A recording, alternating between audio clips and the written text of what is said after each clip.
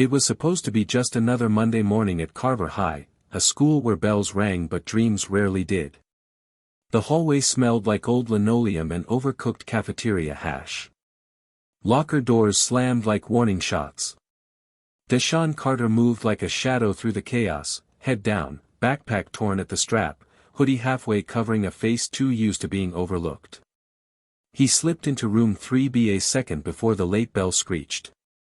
Mr. Holbrook, the substitute math teacher with an ego bigger than his resume, didn't even look up. But a kid in the front, Kyle, one of Josh's crew, let out a fake cough and muttered, "Here comes genius." A few snickers followed. Deshaun ignored them. He always did. "Take your seats," Holbrook barked, finally glancing up from the board where he was scribbling something like it was sacred math scripture. Deshaun slid into the back row. His desk wobbled like a three-legged horse. The kid in front of him had carved FML into the wood with something sharp. The classroom buzzed, phones under desks, gum popping, attention scattered like marbles on a hardwood floor. Then Holbrook stopped writing. In big, bold chalk letters across the board were the words, "National Math Championship Qualifier, March 14th. Underneath, "This year's test will be the hardest in school history." A few heads perked up. One or two kids groaned. Josh Harrison, tall, smirking, Letterman jacket crisp and clean, leaned back in his chair with a look that screamed, "Bring it on." And Deshaun? He stared. Not at the board. At the words behind it. The meaning. The impossible test. The one no kid from Carver High had ever passed. The one with problems that made your head spin and your confidence shatter. A test built to break kids like him. Holbrook turned to face them. "Let me make something clear. This is no basic algebra pop quiz. These questions were pulled from college-level competitions. If you don't eat, sleep, and breathe math, don't even bother." A few laughs. One sarcastic whistle. Someone whispered, "Guess that counts Deshaun out." Holbrook didn't laugh. He scanned the room. Top scorer gets full consideration for a scholarship to any math-focused university that sponsors us. But again, and I cannot stress this enough, this is not for amateurs. I'm only nominating serious candidates. He looked directly at Josh. "Which means Harrison's in." Josh smirked like he'd already accepted the Ivy League letter. He high-fived Kyle. "And the rest of you?" Holbrook added, pausing. "Stick to TikTok." The room cracked up. Deshaun felt the burn in his chest, but he didn't flinch. He kept his eyes on the board. On the numbers. On the possibility. After class, he waited until everyone left. Even Holbrook. The hallway noise swelled, lockers banging, sneakers squeaking, someone shouting over a ringtone. Deshaun stayed. He stepped up to the board, looked at the practice equation Holbrook had written, some twisted hybrid of calculus and logic. He pulled a pencil from behind his ear. No paper. So he did the work silently in his head, eyes darting, lips slightly moving. Scribbled an answer in the corner of the board with shaky chalk. Behind him, someone spoke. "You think you can solve that?" Deshaun turned. Mr. Thompson, the real math teacher, stood in the doorway. A quiet man with gray hair and wireframe glasses. Rumor had it he'd once worked in finance before losing everything in the crash. No one knew if that was true. "I just wanted to try," Deshaun mumbled. Thompson walked in slowly, eyes on the board. He read Deshaun's answer. Blinked. Then nodded. That's all he said. Just, Then he walked out. Deshaun stood there another second, heart pounding. He wasn't sure if, was a good thing or not. But it wasn't, no. That night, Deshaun sat on the torn couch in his grandma's apartment, the heat barely working, a space heater buzzing like an old fridge. The kitchen light flickered every few seconds. The TV played an old rerun of Family Feud, and Grandma Jo hummed off-key in the kitchen as she stirred something in a dented pot. Deshaun pulled out a notebook filled with numbers, scratch marks, and dreams. He flipped to a blank page. "You still up doing that math mess?" Grandma Jo called. "Yeah," he said. "Just a little more. You're gonna burn out your brain. Ain't no test gonna put food on this table." He smiled. "Maybe it will." She came to the doorway, wiped her hands on a towel. Her eyes were tired, but proud. "You always did have a strange love for numbers. Even when you was 5, counting raindrops on the window like it meant something." Deshaun looked down. "I'm thinking about trying out for the national competition." She raised an eyebrow. "Ain't that for the smart kids?" He chuckled softly. "Yeah. Guess it is." She didn't say much after that. Just gave him a long look, half worry, half wonder, and went back to the kitchen. At school the next day, Thompson called him into the empty classroom during lunch. "Sit," the teacher said. Deshaun obeyed. Thompson handed him a manila folder. "Inside is a diagnostic set of problems. Do them. No calculator. No help. I want to see where you really are." Deshaun opened it. The first page made his throat go dry. "Can I?" "No questions," Thompson said. So Deshaun worked. 10 minutes passed. 20. Thompson watched silently. An hour later, Deshaun finished. Thompson flipped through the pages, nodding slightly. "You're raw. Untrained. But, interesting." "Interesting?" "I've seen thousands of students in 30 years, Thompson said. Only a handful ever make me double-check my own work.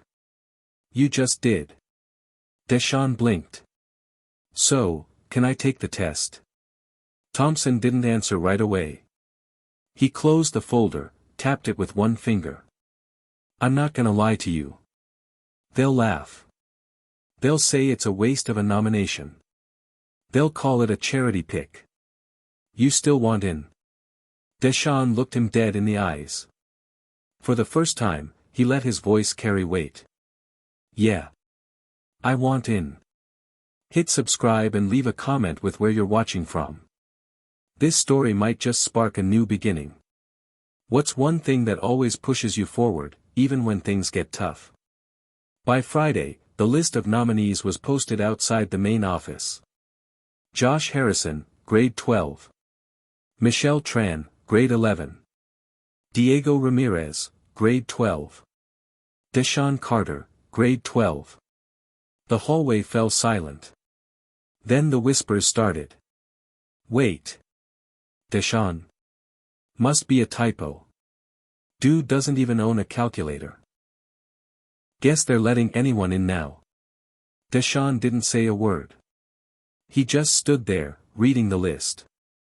Josh passed by, leaned in, voice just loud enough to sting. "Try not to embarrass the rest of us, Carter." Deshaun turned to him. For once, he smiled. "I'll try." Deshaun Carter wasn't born into silence, it found him. The kind of silence that creeps in after the cops leave and your mom doesn't come home. The kind of silence that lingers in cheap apartments with thin walls and thicker regrets. The kind that swallows the laughter of a child until even he starts believing maybe his voice just doesn't matter. He grew up on the east side of Detroit, in a building where the elevators didn't work and the lights in the stairwell flickered like they were scared of the dark too. His mother, Marlene, had been beautiful once. The kind of beauty that made people pause mid-step. But that beauty faded fast, faster than Deshaun could understand. Under the weight of addiction, bad choices, and men who didn't stay. He remembered being 6 and clinging to the hem of her coat as she stumbled down 8 Mile, yelling at the sky. He remembered thinking, if I stay quiet, maybe she'll stop yelling. She didn't. When she finally disappeared for good, it wasn't with drama or sirens. Just an empty room and a caseworker with too many files and not enough time. Deshaun moved in with his grandmother, Jo Carter, a woman made of steel and prayer, with arthritis in her hands but fire in her eyes. "Baby, you got a mind God carved special," she used to say, holding his cheeks between hands rough like tree bark. "Don't let the world rust it." Joe worked nights cleaning offices in the downtown district and days folding clothes at the local laundromat. Deshaun spent most evenings alone, his only companions a flickering TV and whatever schoolwork he hadn't already given up on. But math was different. Math didn't yell. It didn't leave. It didn't lie. Math made sense. He remembered the first time it clicked. 3rd grade. A substitute teacher named Ms. Whitaker handed him a worksheet with fractions. While the other kids groaned, Deshaun felt something light up. Like a lamp turning on in a closet he didn't know he had. He finished the sheet in 7 minutes. She checked it twice, then looked at him like he'd sprouted wings. "You ever think about math competitions?" she asked. He didn't know what that meant, but he nodded. The next day, she was gone, another substitute with another name. But Deshaun remembered her face. The look she gave him. Like he was possible. That word stuck with him more than she probably ever knew. By the time he was 12, Deshaun had memorized the multiplication table backward and forward. He could calculate square roots in his head and beat most online flash games meant for high schoolers. Problem was, no one noticed. His middle school labeled him, quiet but distracted. High school labeled him, apathetic. None of them saw what Grandma Jo saw, the scribbled notebooks under his mattress, the library books checked out 3 at a time and never overdue, the hunger in his eyes when he stared at a number problem too hard for his peers. And Deshaun didn't exactly go out of his way to change the narrative. Kids who raised their hands got targeted. Kids who got A's got beat up. Kids who tried, got tired. So he hid his spark. He played dumb. Skipped assignments. Took C's when he could have earned A's. But at night, under the whine of the radiator and the soft snoring of his grandmother in the next room, he solved equations he didn't tell anyone about. Until now. At school, he walked through the halls like wallpaper, there, but rarely seen. Josh Harrison was the opposite. Josh was the kind of kid teachers noticed before he said a word. Blonde hair, varsity football star, dentist dad, PDA mom, AirPods in, GPA high. He wore confidence like cologne, thick, unavoidable, expensive. To Deshaun, he was everything the system was designed to reward. And yet here they were, both on the same list. Competing for the same spot. One expected. One ridiculed. It burned. But it also lit something up inside him. Something dangerous. Something alive. One afternoon, Deshaun sat in the corner of the school library, flipping through a book titled Mathematical Thinking, Problem Solving Beyond Algebra. It was way above his level. That's why he liked it. A girl from his English class, Melody, approached hesitantly. "You're in the math thing, right?" she asked. He nodded. She bit her lip. "That's cool. I didn't think you were, like, into school." He didn't take it personally. That's what people saw. Not what was true. "I like numbers," he said simply. Melody sat down. "You're brave." He frowned. "For doing math?" "No. For not caring what people think." He didn't know what to say to that. So he went back to reading. But the compliment hung in the air like perfume. That night, at home, Jo was coughing hard. Her medicine bottle rattled empty. Deshaun stood in the kitchen staring at it like maybe the pills would magically appear. They didn't. He checked the cabinet. 3 packs of ramen, 1 can of beans, no meat. The fridge light blinked once and went out. He opened his notebook. Numbers made sense.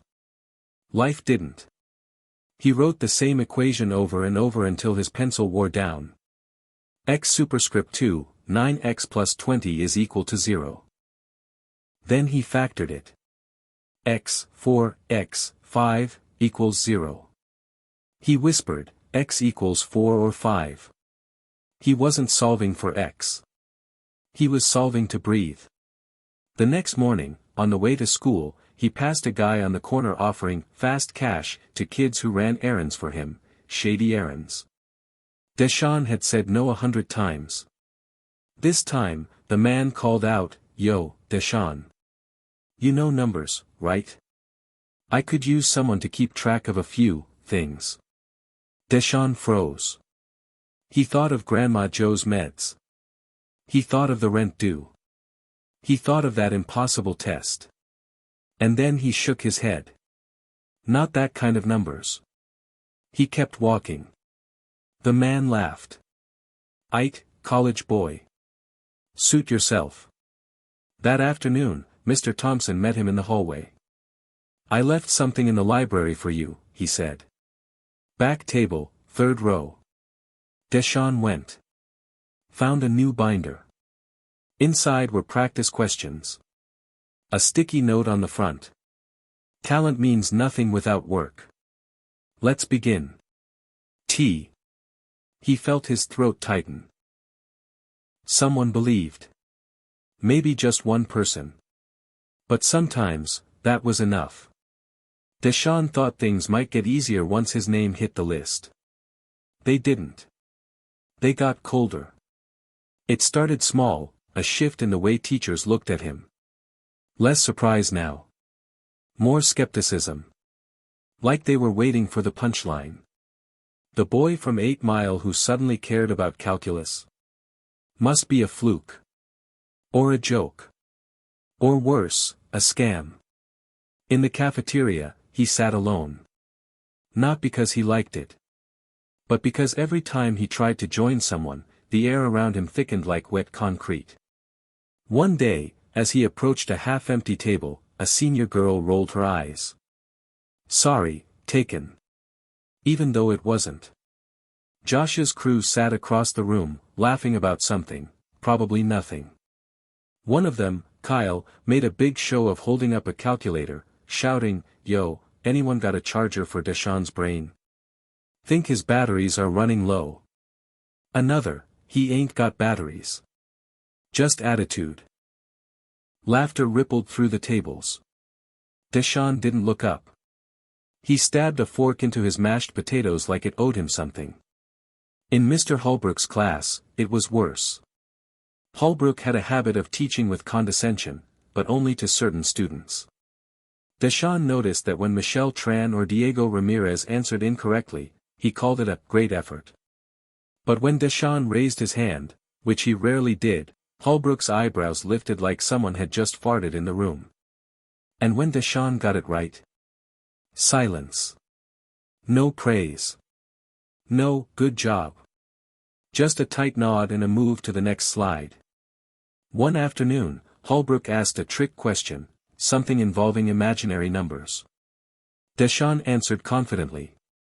"That's incorrect," Holbrook snapped. Deshaun hesitated. "But, I squared equals -1, so." "You're overthinking it," Holbrook cut in. "Let's stick to what you do know, Carter." Some of the kids snickered. Deshaun's stomach nodded. Not because he was wrong. Because he wasn't. He checked again. Quietly. In his notes. He wasn't wrong.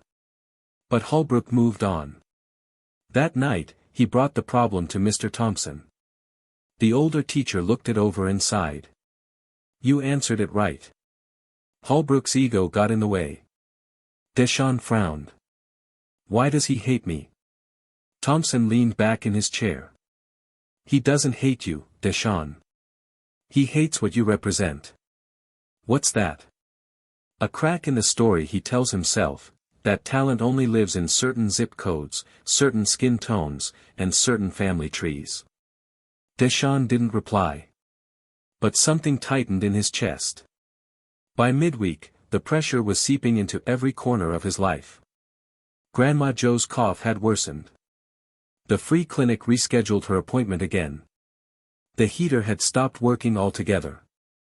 Deshaun slept in 2 layers of hoodies, doing problem sets under a flickering lamp, breath visible in the cold air. He wasn't sleeping much. He wasn't eating enough. And yet, the test loomed closer. Like a mountain growing sharper with each step. One afternoon, as Deshaun left the school library with his binder of practice problems, he saw his name, big, bold, black marker, on the boys' bathroom wall. Deshaun's too dumb for decimals. And under it. A mathlete from the streets is just a thief in disguise. He stood there staring at it. Not angry. Just, tired. Josh passed behind him, slowed down. Rough day, genius? Deshaun didn't reply. Josh leaned in. Look, man. I'm not saying you shouldn't try. I'm just saying, know your lane. You want to work hard, cool. Just don't get ahead of yourself. This competition. It's real. And some people were born for it. Deshaun turned to him. And some people weren't, right? Josh smiled. Just saying, don't be surprised when reality hits. He walked off. Later that evening, Deshaun sat on the steps of the apartment building, binder open, cold air biting at his fingers. Streetlights buzzed overhead. Car alarms chirped. Somewhere down the block, a siren cried out like a warning. He flipped to a blank page and wrote. They don't see me. Underneath. But I see the numbers. His pencil hesitated. Then, in angry, hard strokes. I see the answers. Friday came with rain. The kind of rain that soaks through cheap sneakers and makes every hallway smell like wet hoodie. Thompson found him during passing period. Tomorrow, he said, I want you here. Saturday morning. 8 a.m. Deshaun blinked. The school's not even open. It will be. Bring your brain. Leave the rest. Saturday morning. The school was a ghost. No announcements. No kids. No noise. Just the steady hum of the lights and the faint scent of old textbooks. Deshaun met Thompson in room 1C. The teacher had set up a mock exam, problems on the board, packet stacked, timer ready. This is what the test will feel like, Thompson said. 3 hours. No phones. No help. You finish what you finish.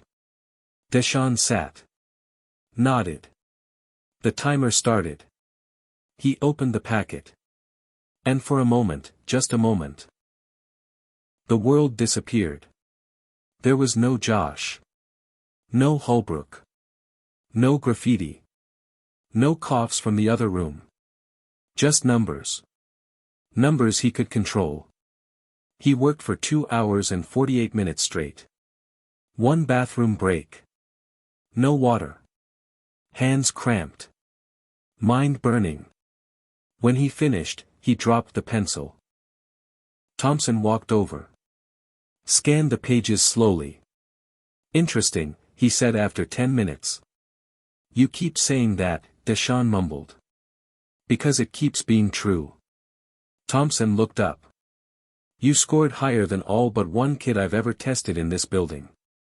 Deshaun blinked. Who was the one? Thompson grinned slightly. Me.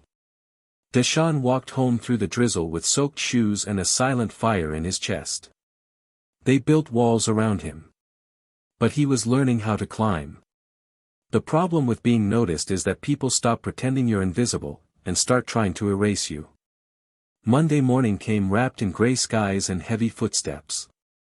Deshaun walked through the front doors of Carver High with his binder clutched tight to his chest. He didn't speak. He didn't smile. But people noticed. And that, apparently, was a problem. Yo, someone shouted across the hallway. Math boy. Solve this, how many friends you got left? Laughter cracked like thunder. Deshaun didn't turn. He kept walking. Head down. Heart up. Josh leaned against his locker like he owned the building. What's the square root of, you don't belong here, he muttered loud enough for everyone to hear. Even Mr. Holbrook chuckled. Deshaun kept walking. But it hurt. It hurt worse than the silence had. In AP Calculus, Holbrook passed out a quiz, nothing major, just a few challenging integrals. Deshaun finished early. Way early. He handed it in. Holbrook looked down at the paper. Then looked back up. You didn't show your work. Deshaun blinked. I did. Page 2. Holbrook flipped the page. His mouth tightened. I don't appreciate shortcuts, Carter. If you're going to guess, at least make it look convincing. Deshaun opened his mouth, then closed it. I didn't guess, he said, quieter. Oh really? Holbrook held up the paper. Then why are the answers all correct, but the method is miraculously absent? I did it in my head. The class fell silent. Michelle Tran glanced back at him.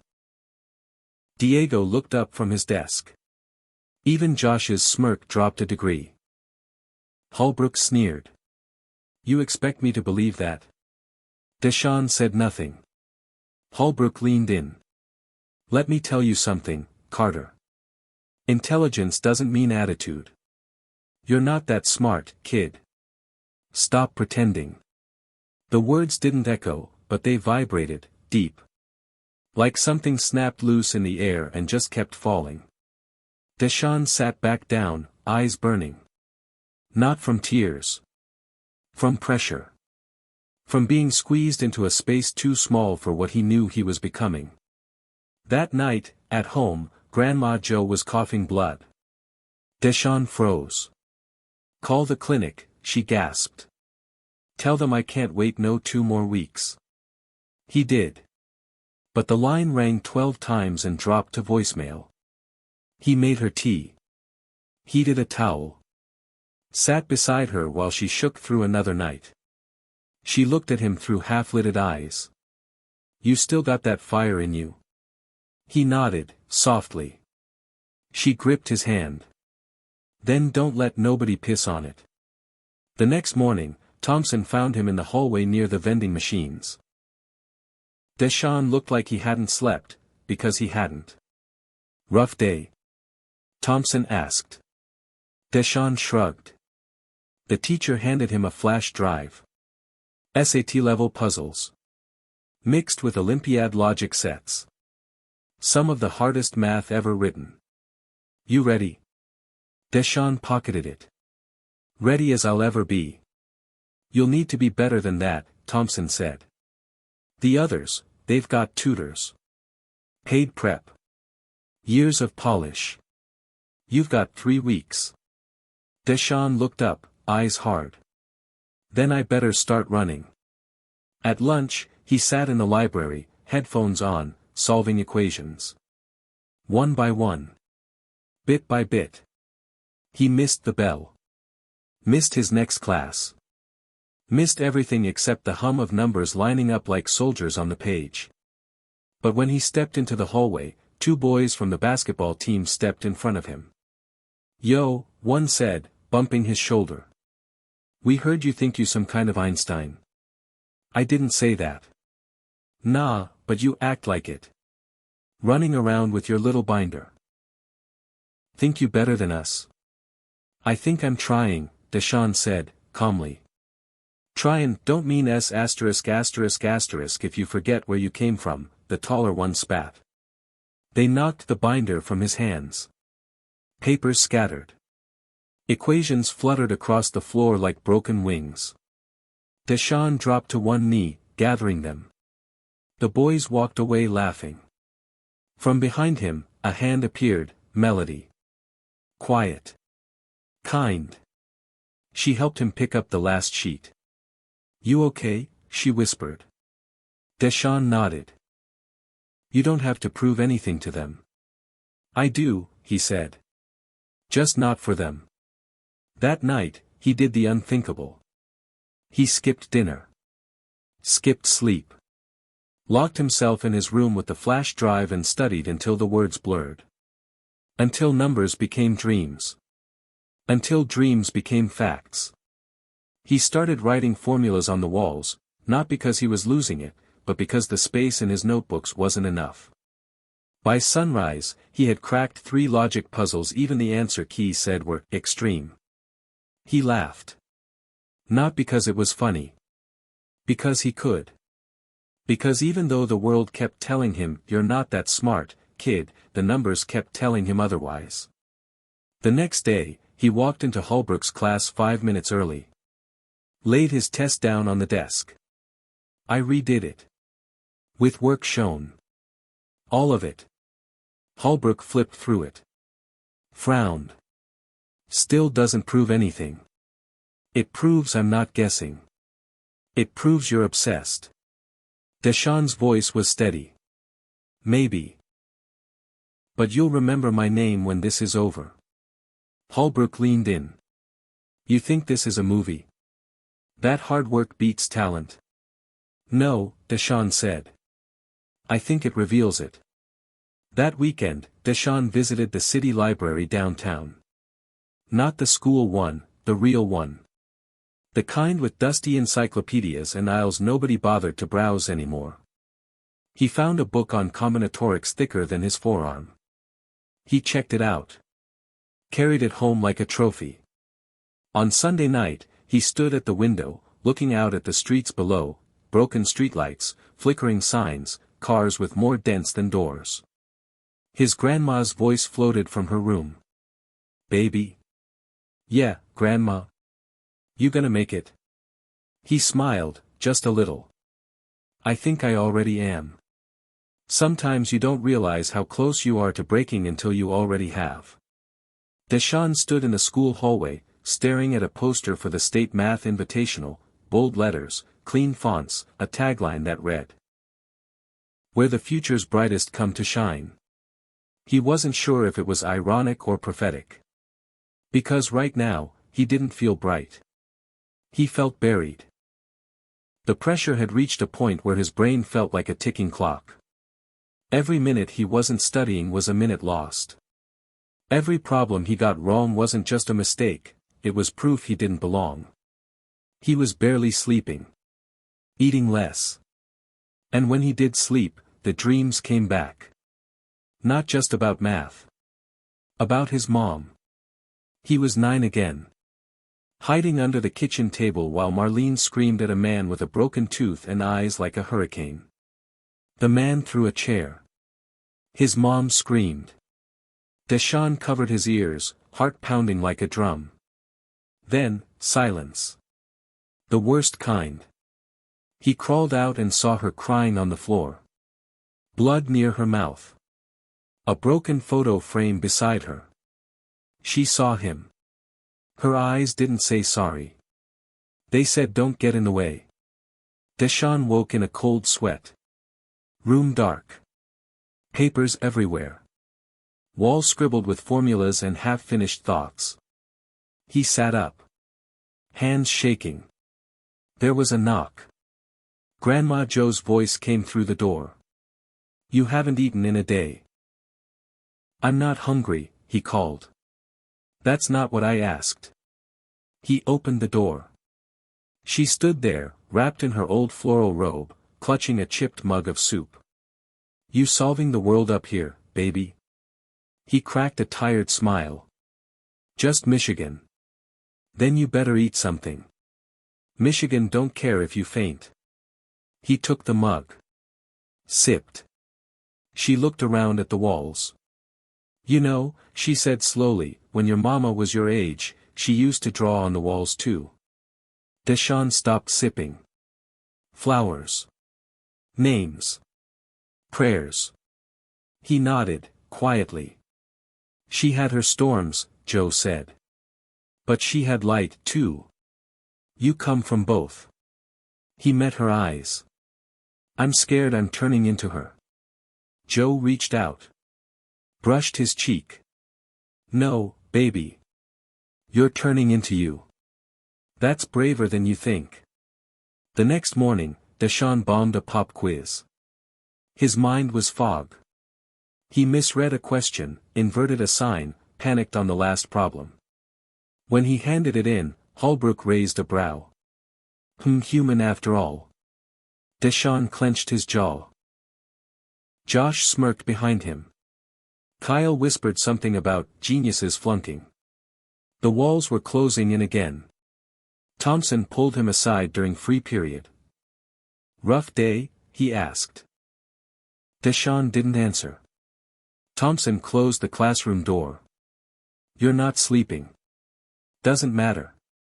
Yes, it does. I can't afford to fall behind. You're not a machine, Deshaun. Deshaun looked down. Voice flat. Sometimes I wish I was. There was a pause. Then Thompson sat on the edge of his desk. When I was in college, I had a professor who told me, pressure reveals who you are. I believed him. Until it broke me. Deshaun glanced up. I dropped out, Thompson continued. Took years to climb back. Not because I wasn't smart, because I didn't know how to ask for help. Silence filled the space between them. Then Thompson said, let me help you. But not just with math. Later that night, Deshaun took a break. Just 15 minutes. He walked outside. No binder. No pen. Just air. Detroit was cold, but alive. Steam curled from vents. People laughed in the distance. A siren echoed, but faded quickly. He sat on the steps. Looked up at the sky. It didn't feel like he was on top of the world. It felt like he was hanging off the side of it. Still, he whispered to no one. I'm still here. The next day at school, Melody sat beside him in the library. You okay? She asked. He hesitated. No. But I'm still trying. She smiled. That's enough, you know. For who? For me. She pulled a folded piece of paper from her backpack. It's corny, but I wrote you something. Just, read it later. He took it. Didn't open it. Not yet. But when she left, he stared at it for a long time. That night, he finally unfolded the paper. In Melody's careful handwriting were just 4 words. You are not alone. 2 days later, Deshaun walked into Thompson's room after school. I want to go harder, he said. Push past whatever this wall is. Thompson nodded. Then let's break it. They worked for hours. New problems. Old tricks. Curveballs. Geometry proofs so twisted they looked like riddles. Deshaun solved half. Missed a few. But this time, instead of shutting down, he asked why. And something changed. He wasn't just answering anymore. He was understanding. Later that night, he sat at his desk and wrote something at the top of his wall, above all the formulas and scribbles. 4 words, big and black. I can do this. Then he circled it. Twice. And for the first time in weeks, he slept. Deep. Dreamless. Ready. The mock exam was supposed to be a warm-up. Instead, it nearly broke him.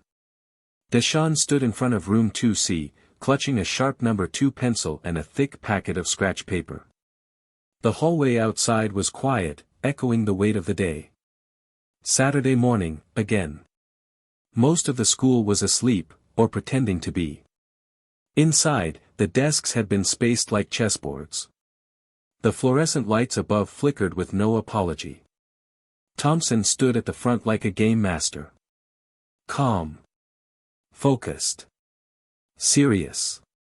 You've got 3 hours, he said. This is a mirror of the real estate invitational, same structure, same pacing, same kinds of questions. But no multiple choice. Just you, the problems, and the silence. Deshaun sat down slowly. He was ready. Or so he thought. The timer beeped. He flipped the first page. Problem 1. A sequence of numbers satisfies the recurrence relation. Deshaun dove in. Fast. Fluid. Confident. Problem 2, given that f, x, is a continuous, differentiable function. He sketched a graph. Nailed it. But then came problem 4, the one that unraveled him. It wasn't the math. It was the panic. The numbers on the page blurred. He tried to focus, but the symbols danced like static. His brain stalled, not from confusion, but from fear. A cold sweat broke across his neck. His fingers trembled. His breathing quickened. He was back under the kitchen table. Back in that moment where fear drowned out logic. Back in the places formulas couldn't reach. What if I choke on the real test? What if they're right? What if I fail in front of everyone? He dropped the pencil. Hands in his lap. Eyes closed. Fighting the spiral. From the front, Thompson noticed. Walked over. Kneeling beside him like a coach in the last quarter of a losing game. You're not failing, he whispered. You're learning. Deshaun didn't answer. This isn't just about math. It's about control. About knowing what to do when things fall apart. Deshaun looked up, voice shaking. I don't know what to do when things fall apart. Thompson's reply was soft, but clear. Then that's what we'll practice. He didn't finish the mock exam. Only got through 60%. Missed some questions he normally would have nailed. Got a few right that he guessed on. He left the building that day with shoulders low, binder untouched. It wasn't defeat. But it felt a lot like it. At home, he found Grandma Jo watching an old movie, black and white, crackly sound. You look like you lost a war, she said. I think I lost a round. She muted the TV. Patted the couch. He sat down. Let me tell you a secret, she said. Smart don't mean perfect. And perfect don't mean ready. He didn't speak. She added, you ever see a diamond come out the ground lookin' shiny? He shook his head. Exactly. It takes pressure. Time. Heat. And somebody willing to cut it just right. She squeezed his hand. You ain't done yet. You just ain't polished. That night, Deshaun did something he hadn't done in months.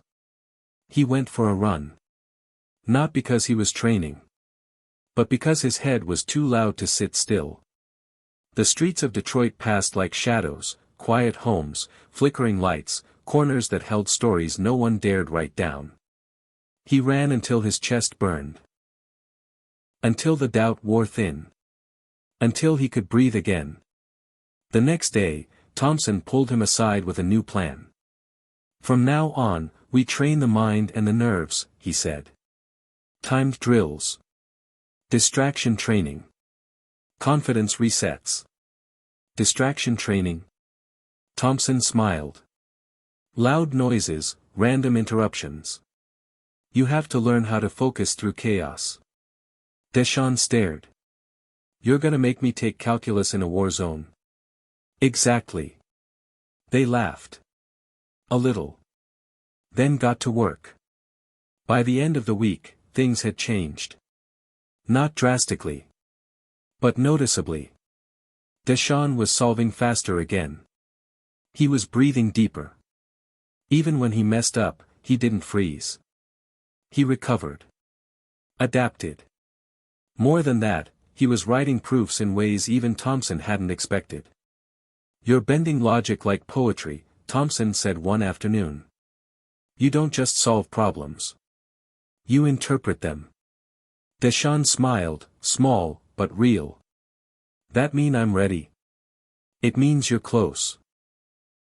A week later, Thompson handed him a sealed envelope. "What's this?" "Your registration confirmation," Thompson said. "You're officially on the list. State Math Invitational. March 9th. You're in." Deshaun opened the envelope slowly. His name was there. Black ink. No frills. Just Deshaun Carter under the words, "Accepted contestant." He stared at it like it was written in gold. Because to him, it was. But Thompson had one more thing to say. "You need to know something. The competition isn't just hard. It's political. The judges, most of them don't expect someone like you to win. And if you do win, they'll try to find reasons it doesn't count." Deshaun looked up, fire flickering again. "Then I won't just win," he said. "I'll make it impossible to question." That night, he took Melody's paper, the one with "You are not alone," and taped it next to the mirror. Then, underneath it, he wrote something new. "I'm not perfect. I'm prepared." The first thing Deshaun noticed was the silence. Not the kind he'd known in classrooms or libraries. This silence was different, tight, polished, expensive. Like the walls didn't expect his voice to belong there. He stepped into the atrium of the Detroit Math Center, where the state invitational pre-workshop was being held. The floors gleamed like mirrors. The ceilings looked high enough to fit dreams in. Deshaun adjusted his thrift store button-down and tightened the strap on his backpack. He didn't need to fit in. He just needed to stay sharp. The room was full of students, mostly white, some Asian, a few others scattered like footnotes. But no one like him. No one from 8 Mile. No one who knew how to avoid cops and decimals in the same sentence. No one who had practiced problem sets under a flickering lamp while their grandmother coughed in the next room. He was here. And they all noticed. Josh was there too. Of course. He leaned against the refreshment table, sipping from a branded water bottle like he owned the air. When he spotted Deshaun, he smirked. Didn't know they let in charity cases. Deshaun didn't reply. Josh stepped closer. "You ready to lose in real time? This ain't your little public school quiz anymore." Deshaun looked him in the eye. "I'm not here for you," he said. "I'm here for the math." Josh scoffed. "Yeah, well, math's got standards." A tall, pale guy in a Yale hoodie approached next. Wavy hair, soft voice. Looked like someone who played violin and got congratulated for it. "Hey," he said casually. "You Deshaun Carter?" "Yeah. I heard about you." Deshaun tensed. The kid smiled. "You're the one who cracked Holbrook's monster question, right?" Deshaun nodded slowly. "That's me." The kid extended a hand. "I'm Ethan. Bronx Academy. You got people talking." Deshaun hesitated, then shook it. "Not all bad, I hope." "Depends who you ask," Ethan said with a grin. "But I like underdogs." They broke off into groups for a warm-up session, just practice, no scores. Each group got a coach. Deshaun's coach was a woman in her 30s with sharp glasses and a clipboard. She barely looked at him. "All right, Group 2, she said briskly. "We're starting with combinatorics. If you need to review factorials, now's the time to fake it." Deshaun glanced around. Everyone pulled out tablets or custom notebooks. He pulled out his binder. The one with the tape on the spine and the worn corners. The girl next to him, Anna, from a private school in Ann Arbor, raised her eyebrows when she saw it. "You write everything by hand?" Deshaun nodded. She blinked. "That's intense. Works for me." The problems weren't hard, not for him. But the tone of the room made every correct answer feel like a fight. When Deshaun solved a proof before anyone else, the coach asked, "Did you copy that from somewhere?" He blinked. "No. I worked it out. She narrowed her eyes. Show me. He walked her through it. Step by step. Calm. By the end, she looked halfway impressed, but mostly suspicious. Later, during the break, Ethan caught up with him again. Man, you're fast, he said. You ever do the MIT problem sets? Online. Once, Deshaun said. They're brutal. Ethan laughed. Yeah. But you think like someone who's been through war. Deshaun smiled thinly. That's one way to put it. They sat on the edge of the staircase, looking out at the rest of the students mingling like they were at summer camp for geniuses.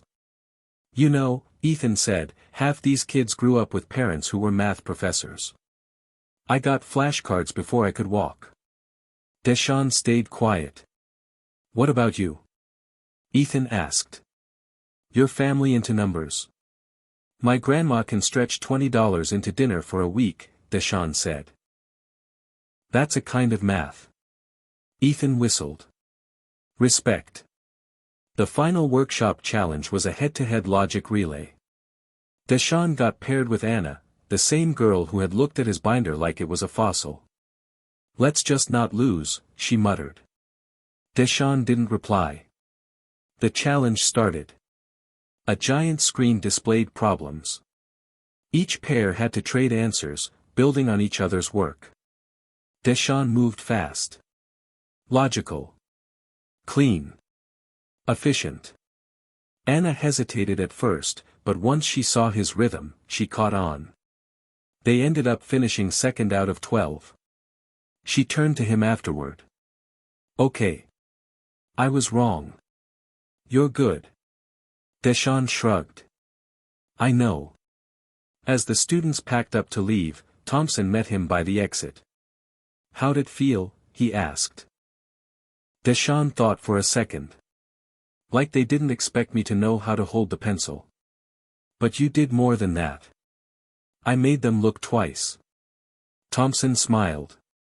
That's the beginning. Then he handed him a small envelope. What's this? Your room assignment for the actual competition. You're in Heat B, same division as Josh. Deshaun's eyebrows rose. Ready to share the fire? Let's burn it down, he said. That night, he went home and added a new line to the wall. Not here to impress. Here to prove. He stared at it for a long time. Then underlined it 3 times. The morning of the competition felt like stepping into a new world. The state math invitational wasn't held in some dusty school gym. It took place at the Lansing Civic Center, glass walls, long banners, volunteers with earpieces and matching vests. Deshaun arrived in a borrowed suit and his cleanest sneakers, carrying a binder that had survived more battles than most textbooks. He walked past a row of polished parents and ambitious teens, past a registration table where a woman with a corporate smile asked for his last name twice because she didn't see a Carter on the list. It's there, Deshaun said, calmly. He waited while she double-checked. Oh, she said finally, you're in Heat B. Like it was a surprise. Heat B was held in a large auditorium with folding tables lined in rows. Every seat had a name card. Deshaun found his. Carter, Deshaun, Detroit Public Schools. A few tables away. Holland, Josh, St. Peter's Academy. Josh looked up and smirked. Well, well. They let street math in after all. Deshaun sat down without replying. He wasn't here to talk. He was here to solve. The first round was individual problem solving. 60 minutes. 6 questions. Deshaun cracked his knuckles, scanned the page, and let the world blur into numbers. Question 1, an arithmetic sequence has a first term of. Easy. He wrote quickly. Question 2. Determine the number of positive integers less than 1000 that are divisible by both 3 and 5. Classic inclusion-exclusion. Knocked it out. Question 3, prove that for any integer n, if n is odd. This one made him pause. Then smile. It was like a puzzle left just for him. Time passed differently when Deshaun was deep in math. Each question pulled him in like a riddle from a better world, one where logic ruled and nothing had to make excuses for what it was. When the proctor called 10 minutes left, Deshaun had 5 answers complete and was deep into the 6th. He moved fast, focused. And that's when it happened. A judge in a navy blazer walked by, stopped, and looked over his shoulder. He said nothing at first. Just stared. Deshaun didn't notice until the man cleared his throat loudly and pointed at his binder. "Is that permitted?" he asked. Deshaun froze. "It's scratch paper. My own notes." The man frowned. "We'll have to review that. Please step away from the table." "What? Now?" Everyone in the row turned. Deshaun stood up slowly. "You're accusing me of cheating?" "I'm saying we need to verify." The proctor took the binder. Handed it off to another judge, who flipped through the pages like they were looking for contraband. Deshaun stood there, heart hammering. Josh leaned back in his chair, smiling. 15 agonizing minutes later, the judge returned. "It's fine," he said flatly. He wrote them himself. No apology. No explanation. Just a nod to return to his seat. By then, the timer had run out. Deshaun's 6th answer lay unfinished. A page of promise, half complete. After the session, Thompson found him in the lobby. "I heard," he said.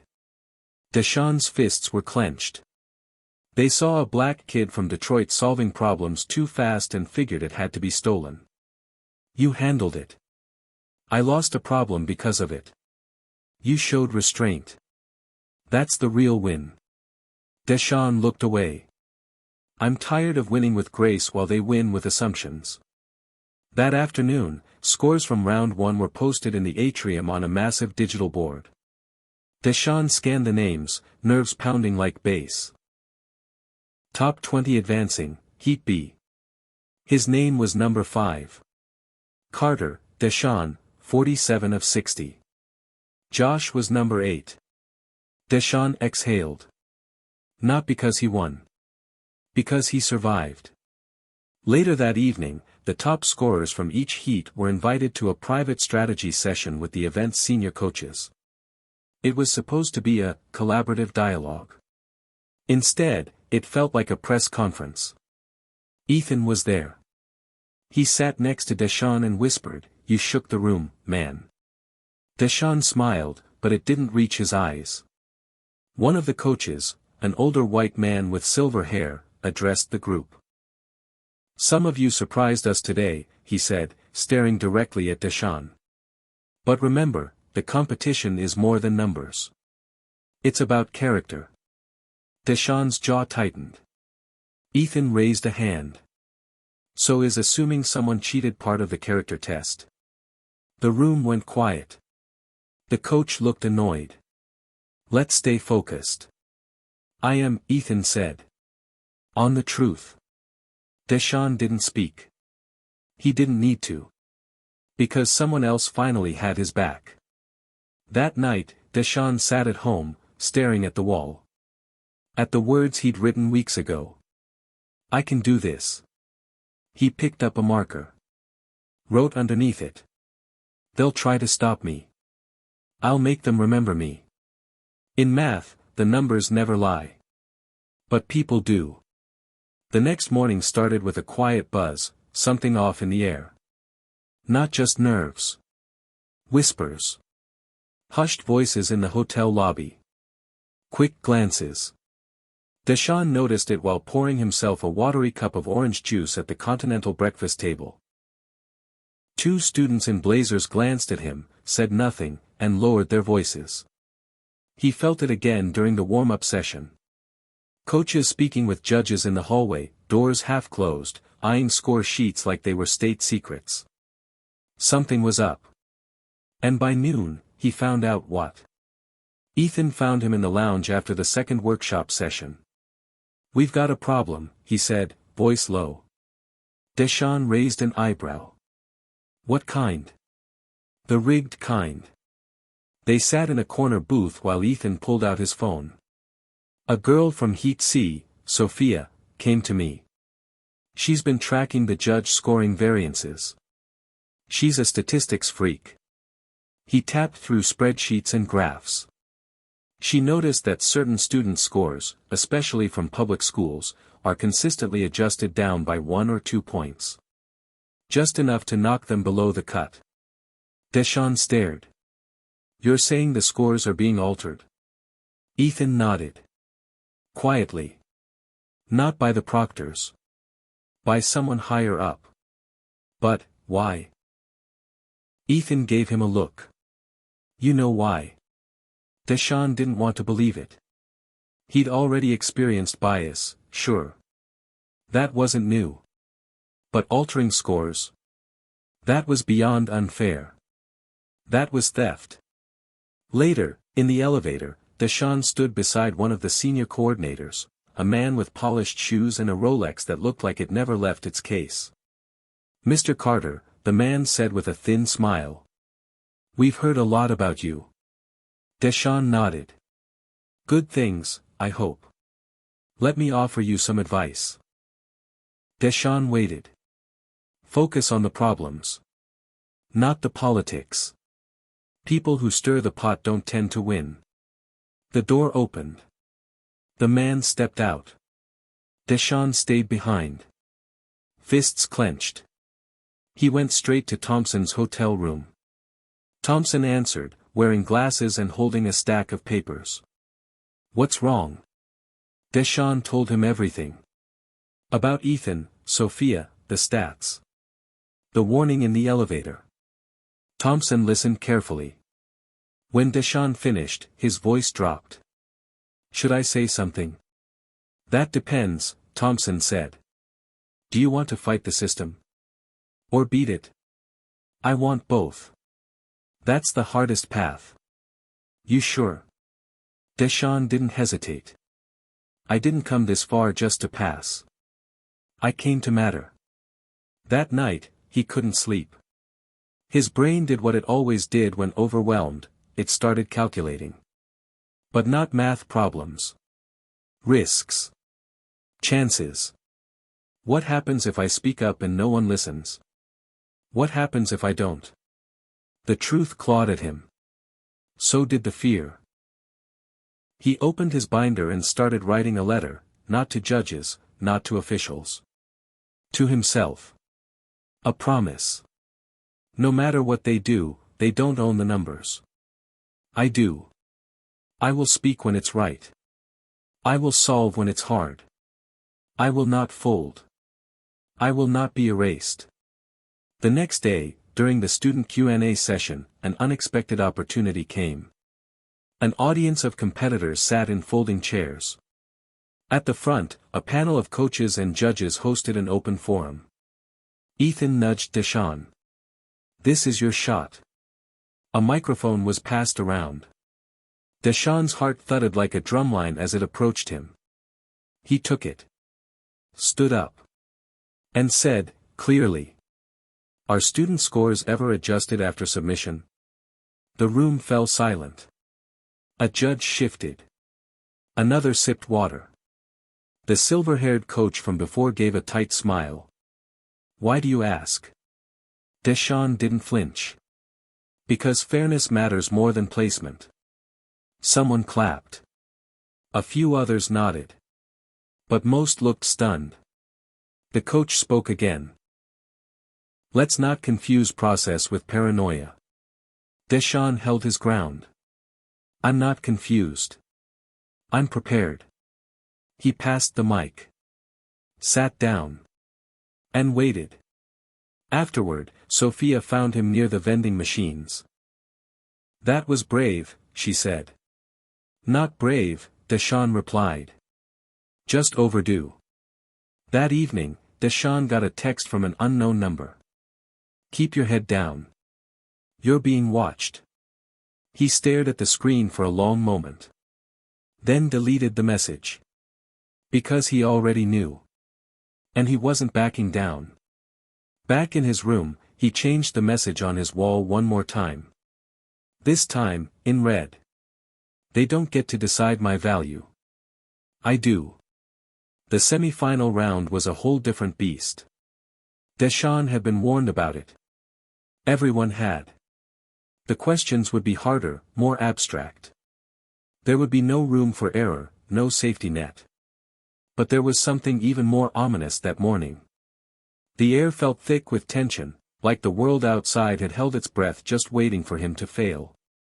The competition hall buzzed with nervous energy as competitors shuffled to their assigned seats. Deshaun took his place in the front row, his focus unwavering. He was ready. He had to be. The semi-final test was the kind of math Deshaun had always dreamed of. The kind that twisted your mind, forced you to think in ways that felt unnatural. But that was the game, you either bent to the challenge, or you broke. The room quieted as the proctor handed out the test papers. You have 90 minutes, he said, looking over the room, begin. Deshaun took a deep breath, flipped open his test paper, and the first question hit him like a sledgehammer. It wasn't just about solving an equation or finding an angle. No, this was something deeper.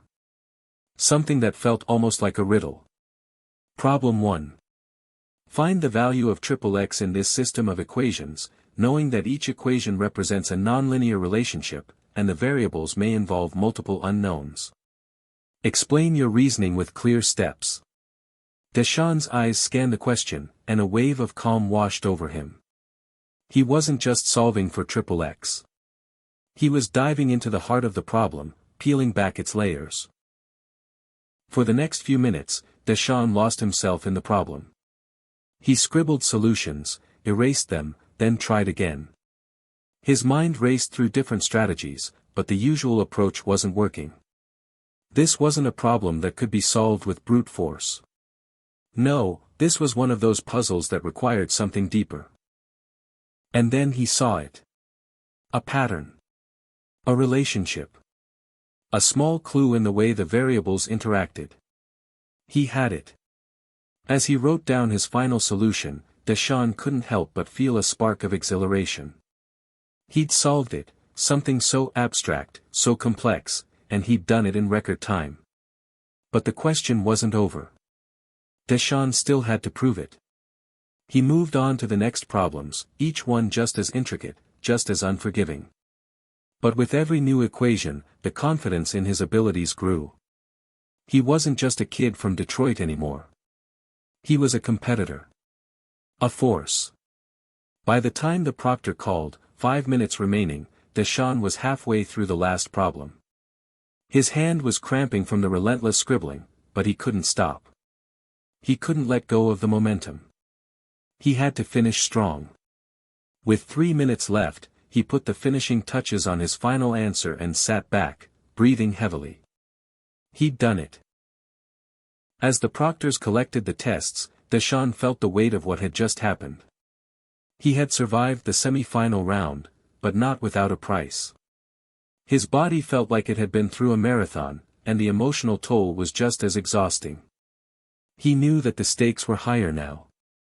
Every move counted. Later that evening, the semi-final scores were posted on the digital board. Deshaun's eyes scanned the list, heart pounding in his chest. Top 10 advancing to finals. Carter, Deshaun, 54 of 60. He did it. The feeling was indescribable. But then, something caught his eye. Holland, Josh, 53 of 60. Josh had been close. So close. But Deshaun had beaten him. He'd made it through the toughest round, the one that so many had said he would fail. And now, he was in the final stretch. Deshaun's phone buzzed in his pocket. It was a message from Ethan. I knew you had it in you. But now, the real test begins. Stay sharp. You're not just fighting numbers, you're fighting them. Deshaun's fingers hovered over the keyboard, unsure of how to respond. His thoughts were still a blur of excitement and adrenaline. Finally, he typed. "I'm ready." The night before the final round, Deshaun couldn't sleep. He lay in bed, staring at the ceiling, replaying the day's events in his mind. He had beaten the odds, silenced the doubts, but there was one more test. The final challenge. And he knew that this time, it wouldn't just be about math. It would be about everything he had fought for, his future, his worth, and his place in this world. The next morning, he arrived at the competition hall early. He needed to be the first one there. He needed to feel the calm before the storm. He walked up to the registration table, where the same woman from the first day greeted him with a smile. "Good morning, Deshaun," she said, handing him his competitor number. Deshaun nodded, though he wasn't really listening. His mind was already on the challenge ahead. The final round would begin in an hour. Deshaun sat in the quiet lobby, trying to calm his racing thoughts. He had come so far. But was it enough? As the clock ticked closer to the start, Deshaun stood up. He was ready. And no matter what happened, he knew this was his moment. The final round was almost like a dream. Except for the fact that Deshaun had never been more awake in his life. The moment the doors to the competition hall opened, an electric charge filled the air. Deshaun stepped through, his eyes scanning the room. The other competitors were already seated, adjusting their notes and glancing nervously at their papers. He could feel the weight of their gazes on him as he walked in, some admiring, some suspicious. He was the wild card. The underdog. The one no one believed would make it this far. But now, he was here. The proctor walked up to the front of the room, his voice booming over the crowd. "Ladies and gentlemen, welcome to the final round of the National Mathematics Championship. You have 1 hour to complete the following problems. Once the timer starts, you will not be allowed to leave your seats. No cheating. No distractions. Do your best. You are now competing for the title." Deshaun sat down at his desk, every muscle in his body tense, every nerve on high alert. The table in front of him was sparse. A blank sheet of paper, a pencil, and the test packet. The first problem flashed onto the screen, and the timer began. Deshaun's mind locked in, his body instinctively finding that familiar rhythm. The problem was complex, a multi-step puzzle involving abstract algebra, geometry, and calculus all wrapped into one. He smiled. It felt like home. As he worked through the problem, he could hear the soft rustling of papers around him. Some students were already scribbling furiously, others quietly pacing their thoughts. But Deshaun's focus was singular. It was just him, the numbers, and the challenge ahead. Problem after problem came and went. Each one more difficult than the last, testing every boundary of his knowledge and patience. The test was designed to push them to their limits. Some of the problems were nearly impossible. They forced competitors to think in ways they hadn't been trained to. Deshaun could sense that he was the only one who hadn't lost his composure. Then came the final question. Problem 6. Prove the existence of an uncountable set within a set of continuous numbers. Describe the methods you used to approach the solution, and justify the process you followed. Be as precise as possible. The words hit him like a tidal wave.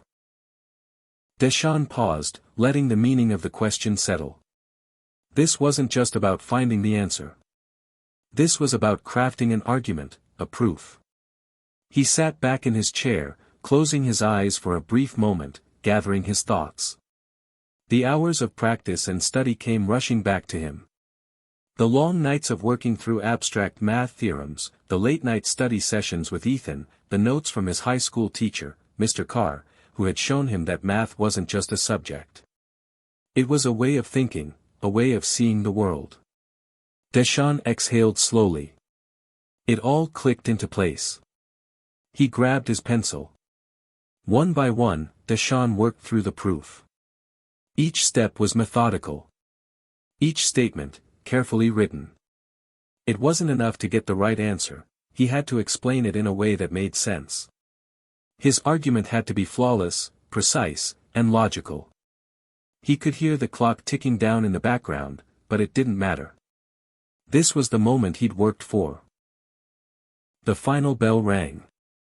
Deshaun placed his pencil down, took one last look at his paper, and stood. He was exhausted, but there was no doubt in his mind, he had done everything he could. He had given it his all. As the proctors collected the papers, Deshaun walked back to his seat, his hands slightly shaking. The adrenaline was still coursing through his veins. The results would come soon. But that didn't matter anymore. He had nothing left to prove. He had already beaten the odds, already silenced the doubters. This was just the final step. The scores were posted an hour later. Deshaun's heart pounded as he approached the digital board. His fingers hovered over the screen as he scrolled through the list.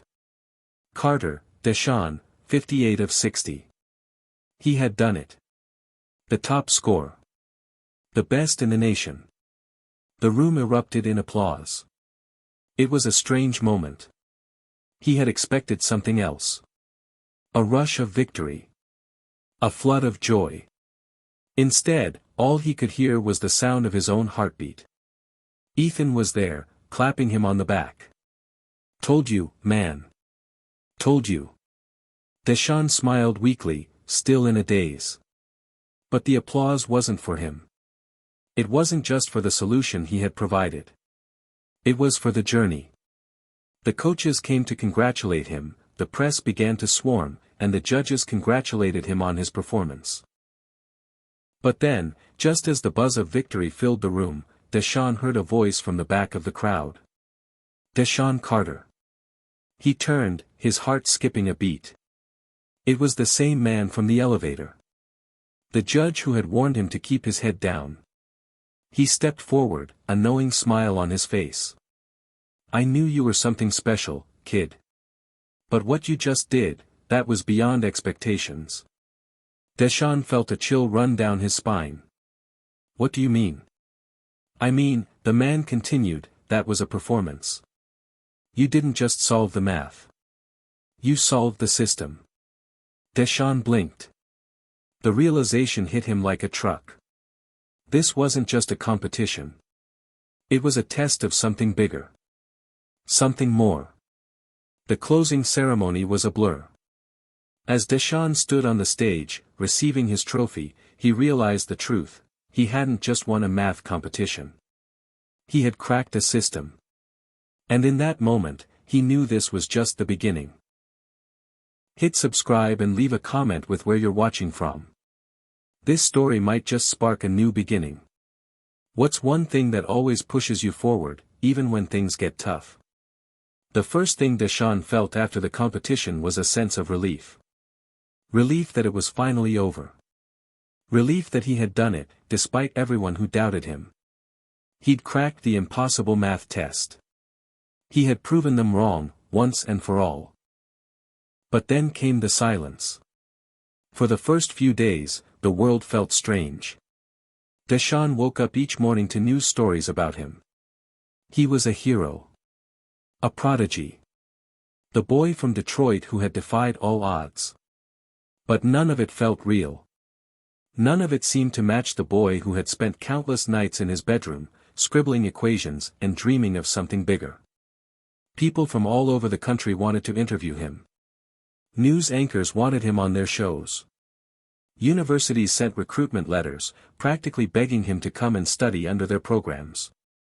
Deshaun had to laugh at the irony of it all. He hadn't even applied to college yet. But there was one thing he couldn't escape. Something that followed him like a shadow. The man in the elevator. The judge. The one who had known something more than just math was at play. It had been 2 days since the competition ended, and Deshaun couldn't shake the feeling that there was something about that interaction he had missed. There was more to this than a simple math test. "Deshaun," his mom called, snapping him out of his thoughts. "You've got a visitor." "A visitor?" Deshaun stood up from his desk, his heart racing. He wasn't expecting anyone. He opened the door to find a tall figure standing in the hallway, dressed in a dark suit. The man from the elevator. "I didn't mean to surprise you," the man said, his smile cold and calculating. "But I think we need to talk." Deshaun froze. The man was here, and his presence alone sent a chill down his spine. "I'm Detective Jacobs," the man continued. "But you can call me Jeff. I'm here to ask you a few questions." Deshaun raised an eyebrow. "Questions? About what?" Jacobs's smile didn't fade. "About your test." Deshaun's pulse quickened. He wasn't sure whether to be scared or confused. "What's this about?" "I won the competition fair and square." "Oh, I'm sure you did," Jacobs said smoothly, his eyes never leaving Deshaun's. "But you see, winning wasn't the only thing on the line here. There's a lot more to this competition than you're aware of." Deshaun's head spun. "What are you talking about?" Jacobs took a step closer, lowering his voice. "You cracked something more than just math, Deshaun. You cracked a system. And now, people want to know how." Deshaun felt like the ground had been pulled out from under him. Was this some kind of joke? What system? What was Jacobs even talking about? Jacobs's gaze softened, almost as if he were pitying him.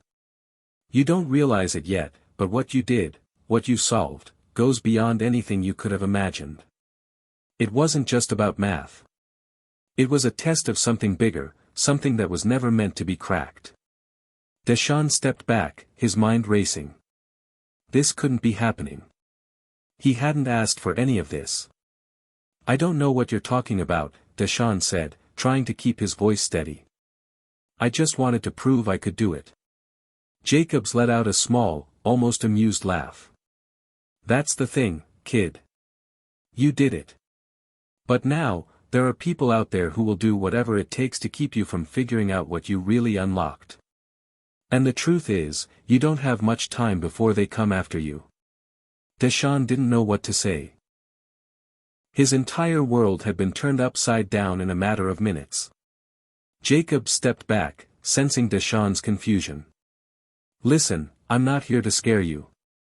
But you need to understand that what you did wasn't just about solving math problems. You've attracted attention from people who control the system, people who will stop at nothing to keep things the way they are. They don't like outsiders disrupting the order." The weight of Jacobs's words hung in the air, suffocating Deshaun. He'd never signed up for any of this. All he wanted was to prove himself. To show everyone, especially his mom, that he could do it. That he could escape the life he'd been handed. But now, it seemed like he was in way deeper than he had ever imagined. Jacob studied Deshaun for a moment, then softened his tone. "You're going to be okay, kid. But you need to understand what's at stake. You've just become part of something bigger. And you can't run from it." With those words, Jacobs turned and left the apartment. Deshaun stood in the doorway, staring into the empty hall. For the next few days, Deshaun couldn't focus. Everything seemed different. The media attention, the calls from colleges, even the way people looked at him, all of it felt hollow now. What Jacobs had said haunted him. His victory hadn't just been about cracking a test. He had unlocked something far deeper. But what was it? Who were these people Jacobs was talking about? Deshaun had always been an outsider. But now, he was beginning to wonder if he had just signed up for a battle he couldn't possibly win. That night, Deshaun couldn't sleep.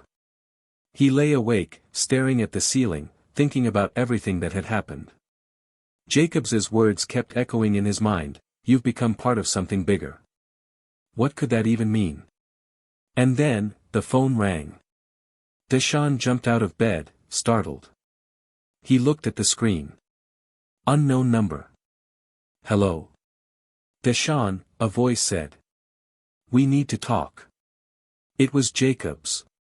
Deshaun's heart was racing as he sat back on his bed, staring at the phone in his hand. Jacobs's voice still echoed in his ears, "We need to talk." He had no idea what was going on, but one thing was for sure, his life was no longer simple. After a long pause, Deshaun finally pressed the "answer" button. "What do you want from me?" His voice was firm, but deep down, he was terrified. What did Jacobs mean by, "You've become part of something bigger"? There was a long silence on the other end of the line before Jacobs spoke again. "I'm going to meet you in person. Tonight. At the usual spot." "The usual spot?" Deshaun repeated, confused. "The place we met," Jacobs replied cryptically. "The building behind the park. Don't tell anyone. And don't bring anyone with you. It's time you learn the truth." Deshaun swallowed hard, the uncertainty gnawing at him. Why the secrecy? Why the cryptic language? But there was no time to second-guess. He had to go. He had to figure this out, even if it meant stepping into something dangerous. He grabbed his jacket, shoving his phone into his pocket as he made his way toward the door.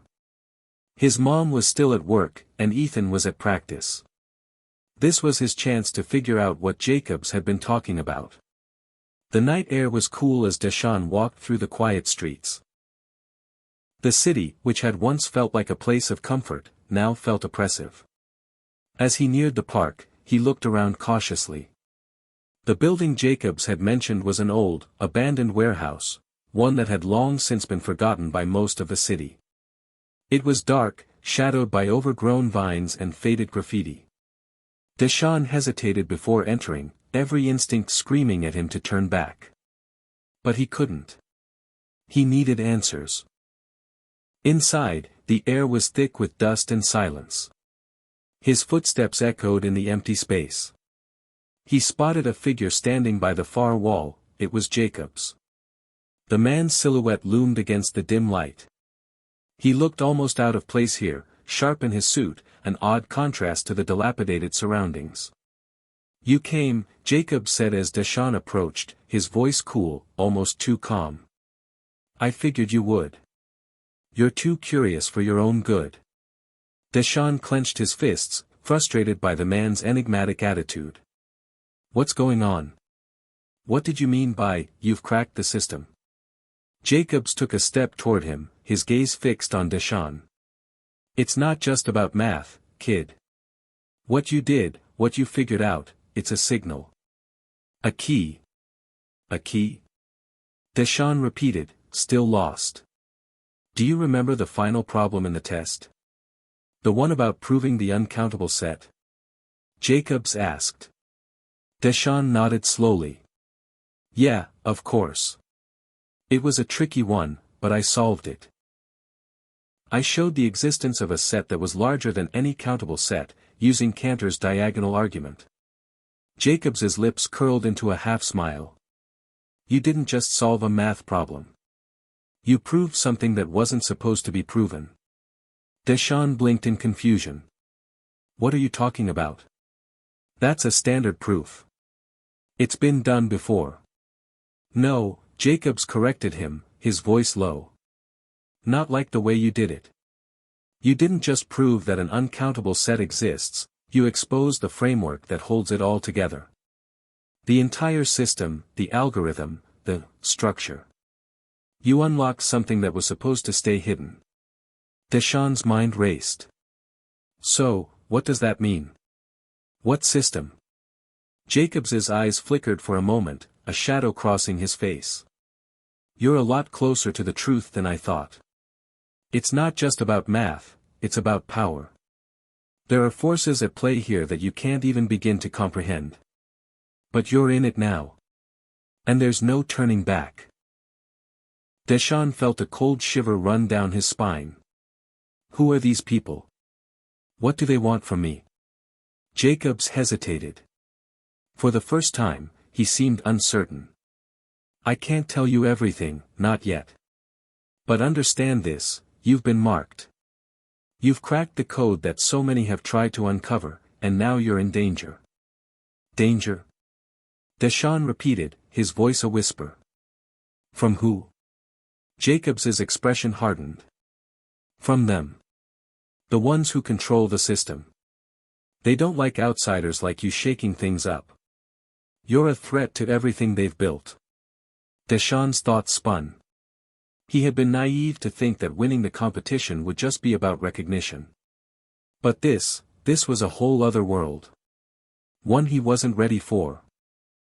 Jacobs continued, I've been tracking this for years, watching those who have come close to uncovering the truth. And now, it's you. You're the key to everything, Deshawn.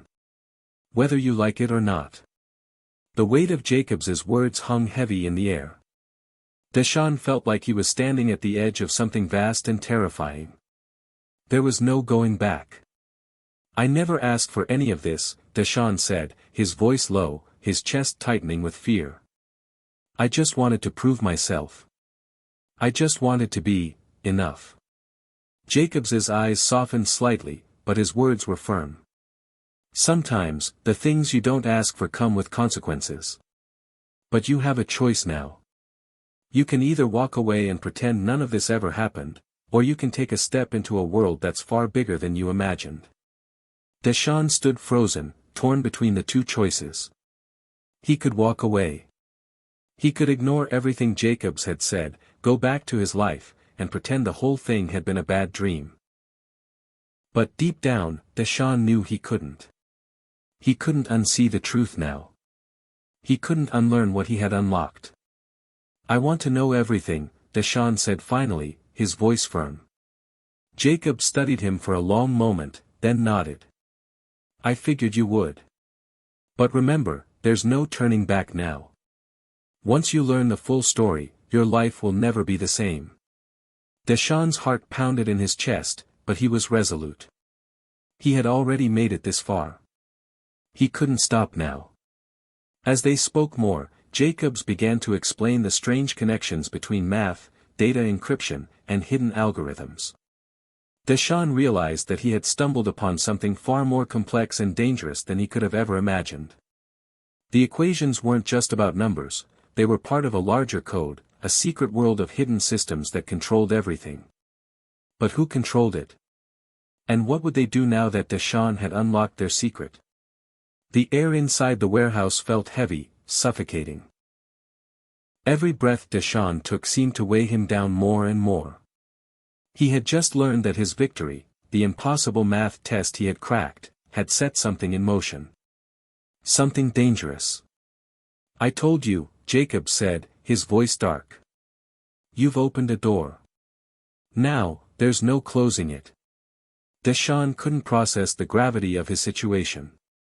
He was still reeling from the knowledge that his innocent desire to prove himself had dragged him into something bigger than he could have ever imagined. But there was no time to think. Jacobs's words had barely settled in before the sound of footsteps echoed in the distance.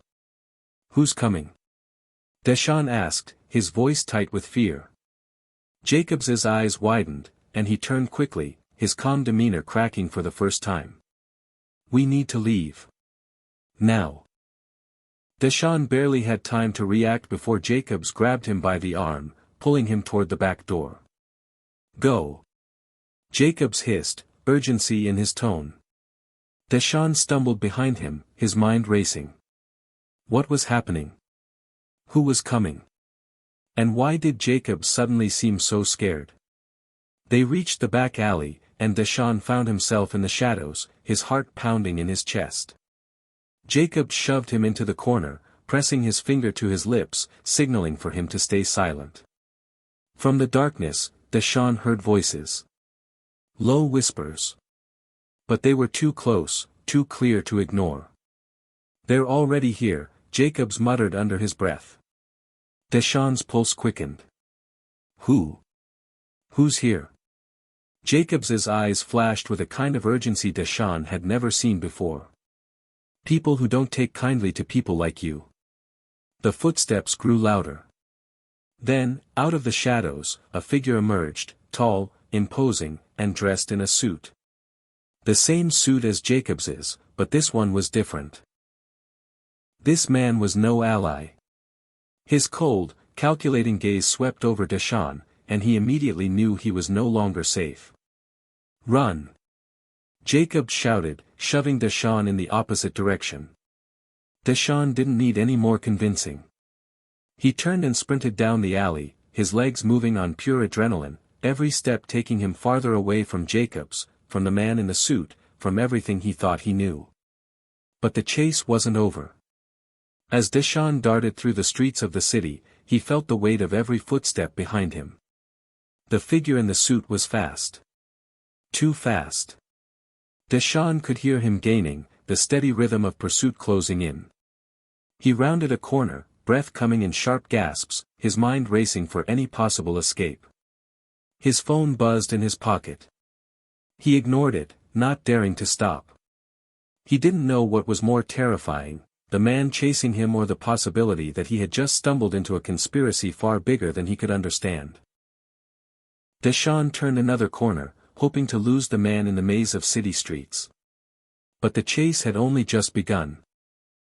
He glanced over his shoulder, his heart nearly stopping when he saw the figure still behind him, relentless, closing the gap. Deshaun pushed himself harder, faster, until his legs burned with the effort. He needed help. He needed someone who could understand what was happening, someone he could trust. Deshaun turned into an alleyway that led toward a row of parked cars. He wasn't sure what his plan was, but he had to stop running, even if for just a moment. He needed to think. As he slowed, trying to control his ragged breathing, his phone buzzed again. He pulled it out, and saw that it was a message from Jacobs. "Get to the bus station. Don't stop running. They're closing in. You have one chance." Deshaun's stomach churned. Was Jacobs trying to help him? Or was he leading him right into a trap? The questions raced through his mind, but he didn't have time to figure it out. There was no more thinking. He had to go. He took off toward the bus station, every street seeming to be another obstacle in his way. The man in the suit was still there, but now there was something else, something bigger. He could feel the presence of more people, the sound of more footsteps, the subtle clicks of shoes on pavement as they closed in on him. By the time Deshaun reached the bus station, his lungs felt like they were going to explode. He skidded to a stop and looked around, desperate for a plan. He could hear them now, even louder. The footsteps. The voices. They were here.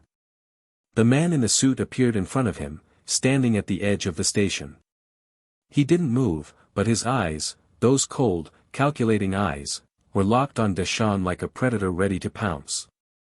"Deshaun," the man said, his voice chilling. "You're not going anywhere." Deshaun froze, realizing that he had no escape. The station was crowded, but the people around him seemed oblivious to the danger closing in. He was trapped.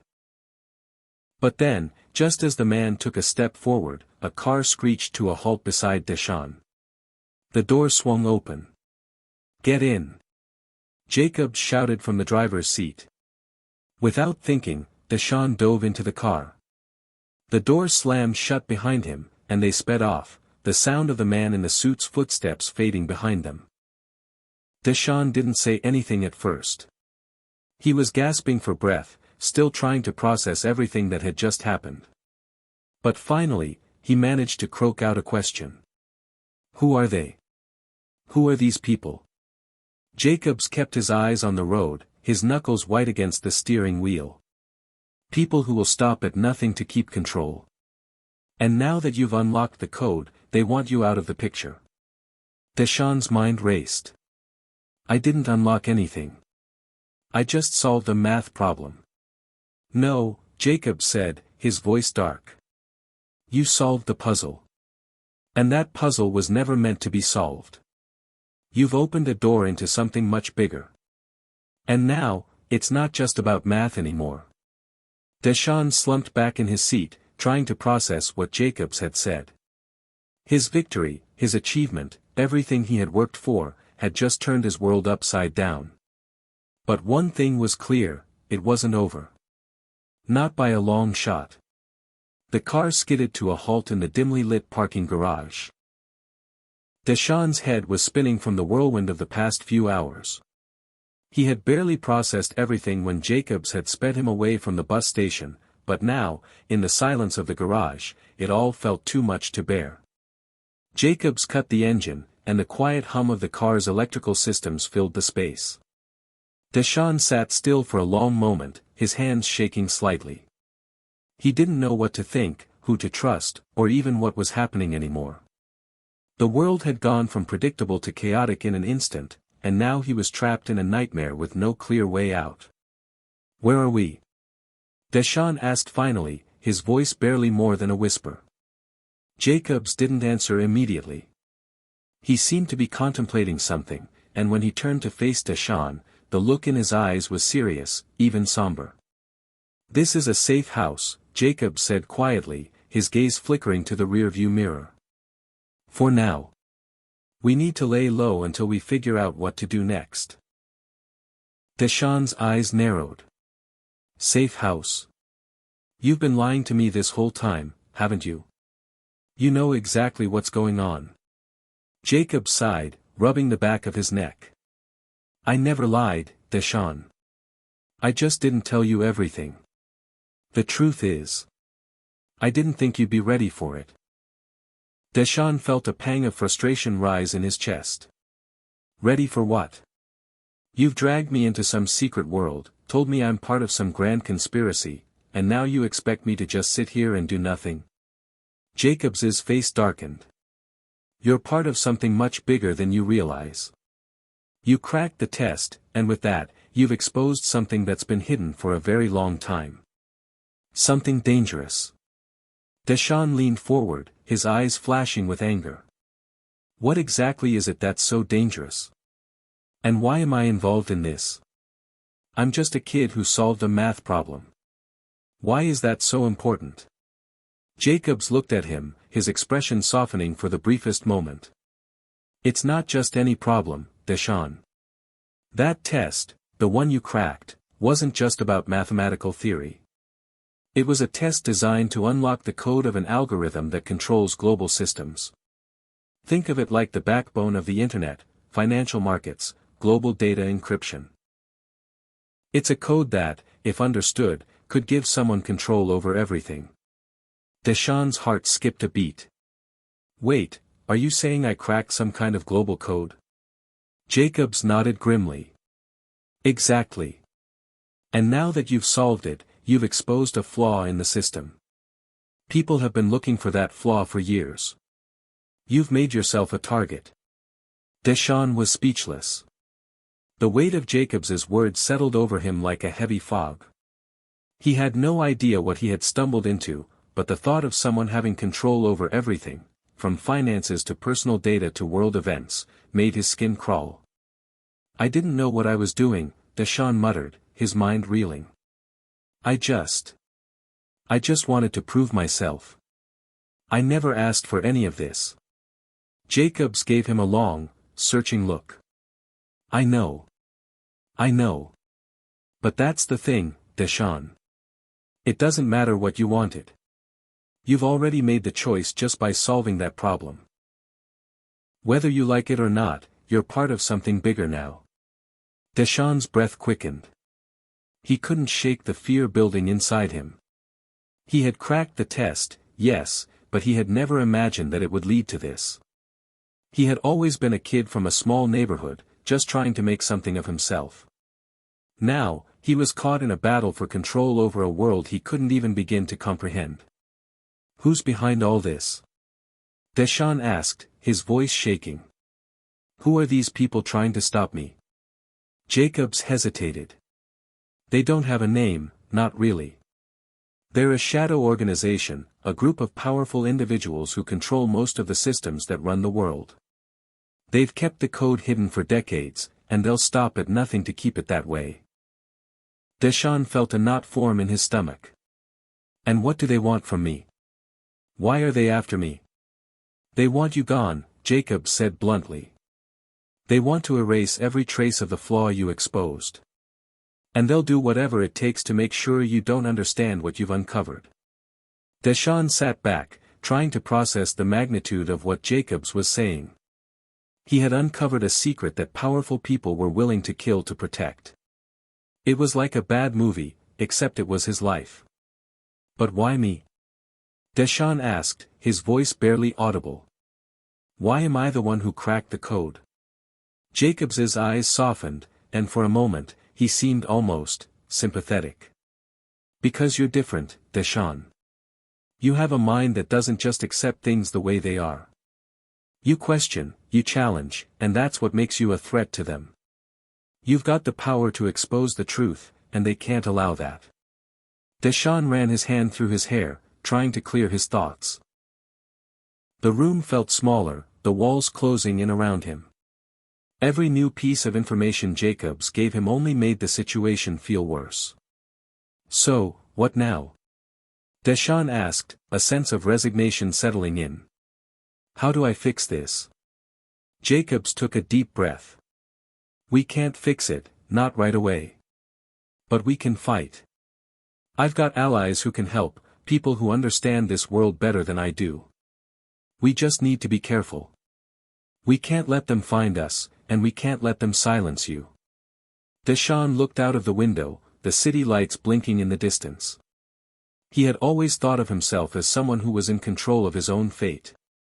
But now, it felt like he had no control at all. Jacobs was right. He had cracked a code, but the code wasn't just mathematical.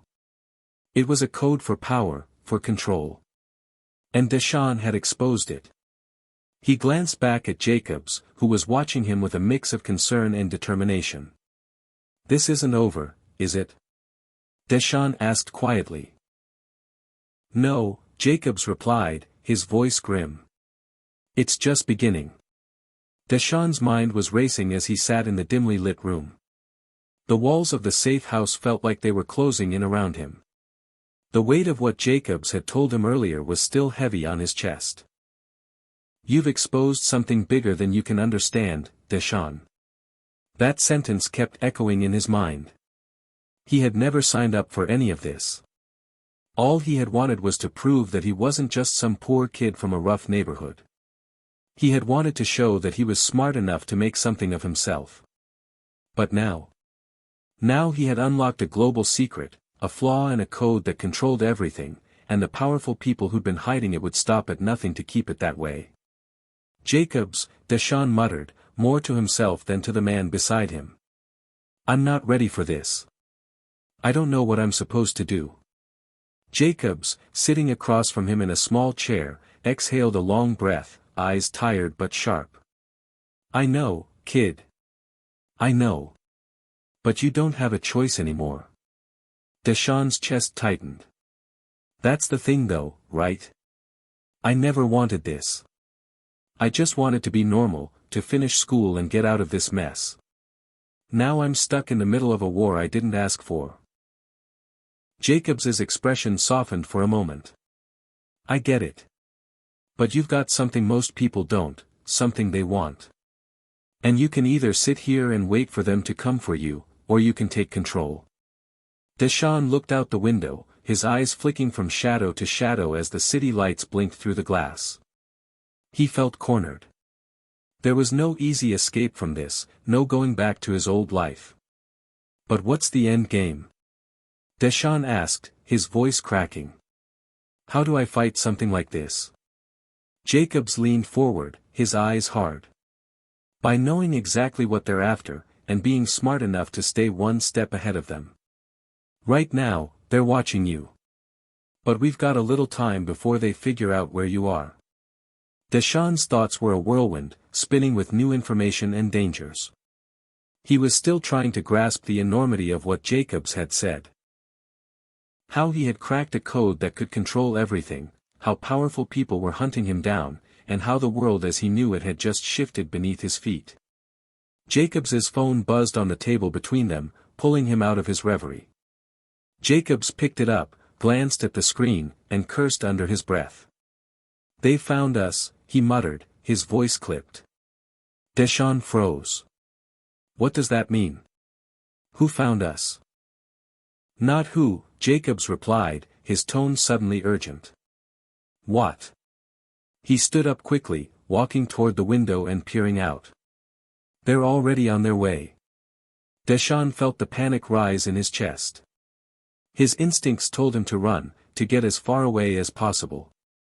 But where would he go? How could he outrun people who could control everything? Don't panic, Jacob said, as if reading his mind. We have a plan.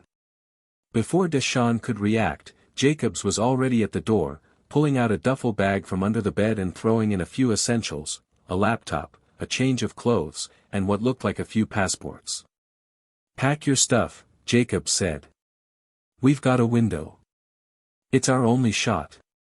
Deshaun scrambled to gather his things, still in a haze. His life had turned upside down in a matter of days. He hadn't even had the chance to process the changes, and now, he was running for his life. As Jacob started the car, Deshaun glanced at the rearview mirror. The familiar streets of the city were now unrecognizable, as if he had stepped into some dark alternate reality. Every corner seemed like a new danger, every shadow a potential threat. They sped through the streets, Jacobs driving steady but hurried, like a man who knew exactly what was coming. Where are we going? Deshaun asked, his voice barely a whisper. Far from here, Jacobs replied. Somewhere they won't look for you. The less they know about your whereabouts, the better. Deshaun couldn't help but wonder how Jacobs knew all of this, how he seemed to have everything mapped out. Had he been doing this for a long time? And what else had Jacobs kept from him? As the car took another sharp turn, Deshaun's phone buzzed again. This time, it was a message from his old friend, Marcus. Where are you? I haven't heard from you in days. Deshaun's heart sank. He wanted to text back, to tell Marcus that he was okay, but he couldn't. He couldn't tell anyone what was really happening. Not yet. Jacobs glanced over. Don't even think about it. Trust me, it's too dangerous. You can't involve anyone you care about. Not right now. Deshaun swallowed hard. I just don't understand. Why me? Why did I have to crack the code? Why wasn't anyone else capable of doing it? Jacobs's face tightened. Because you were the one who could. You have a mind that thinks outside the box. Most people, even the smartest ones, follow the rules. They don't see beyond the obvious. But you did, Deshaun. You saw the flaw. The car slowed as they approached the outskirts of the city, and Deshaun could see the first signs of civilization fading away. They were heading toward a remote area, far from any place he recognized. Jacobs pulled off the main road and into a secluded area where a small cabin sat hidden in the trees. The place was surrounded by a high wooden fence, and a small gate creaked open as Jacobs drove in. This is our temporary hideout, Jacobs said, as he killed the engine. We'll stay here for a while. Lay low. But you need to be prepared for what comes next. Deshaun didn't say anything. He felt the weight of the world pressing on his shoulders, but a part of him knew that Jacobs was right. There was no going back now. He had unlocked something that no one was supposed to see, and now he had to learn how to survive. The truth was, Deshaun had already stepped into a world far more dangerous than he could ever imagine. But he was ready. He had to be. The cabin felt unnervingly quiet as Deshaun sat in the small, dimly lit living room. Jacobs had gone to check the perimeter, but Deshaun couldn't shake the feeling that they weren't safe, that there was something wrong. The weight of the secret he now carried, the realization that he was caught in something much bigger than himself, made it hard for him to think clearly. The code, the conspiracy, the threats. It was all so overwhelming, and yet, he couldn't stop thinking about one thing, Jacobs. Deshaun had trusted Jacobs, at least to some extent. The man had been the only one to offer him any kind of guidance in this terrifying new world. But now, as he sat alone, the shadows creeping across the room, doubts began to creep into his mind. What if Jacobs was just using me? Deshaun couldn't ignore the nagging feeling that something wasn't right. Jacobs had always been just a little too calm, a little too prepared. He seemed to know exactly how to handle every situation, but why? Was it because Jacobs was genuinely trying to protect him? Or was he hiding something bigger, something dangerous? His mind raced with possibilities. Maybe Jacobs was part of the very group that was hunting him. After all, the world was full of manipulators, and Deshaun had no reason to believe that Jacobs was the one exception. No. He can't be one of them. Can he? The front door creaked open, and Deshaun snapped out of his thoughts. Jacobs stepped in, closing the door behind him. He looked a little different, a little more on edge than usual, but Deshaun couldn't pinpoint why. "Everything's clear," Jacobs said, trying to sound reassuring, but there was a slight tremor in his voice. "For now, anyway." Deshaun didn't respond right away.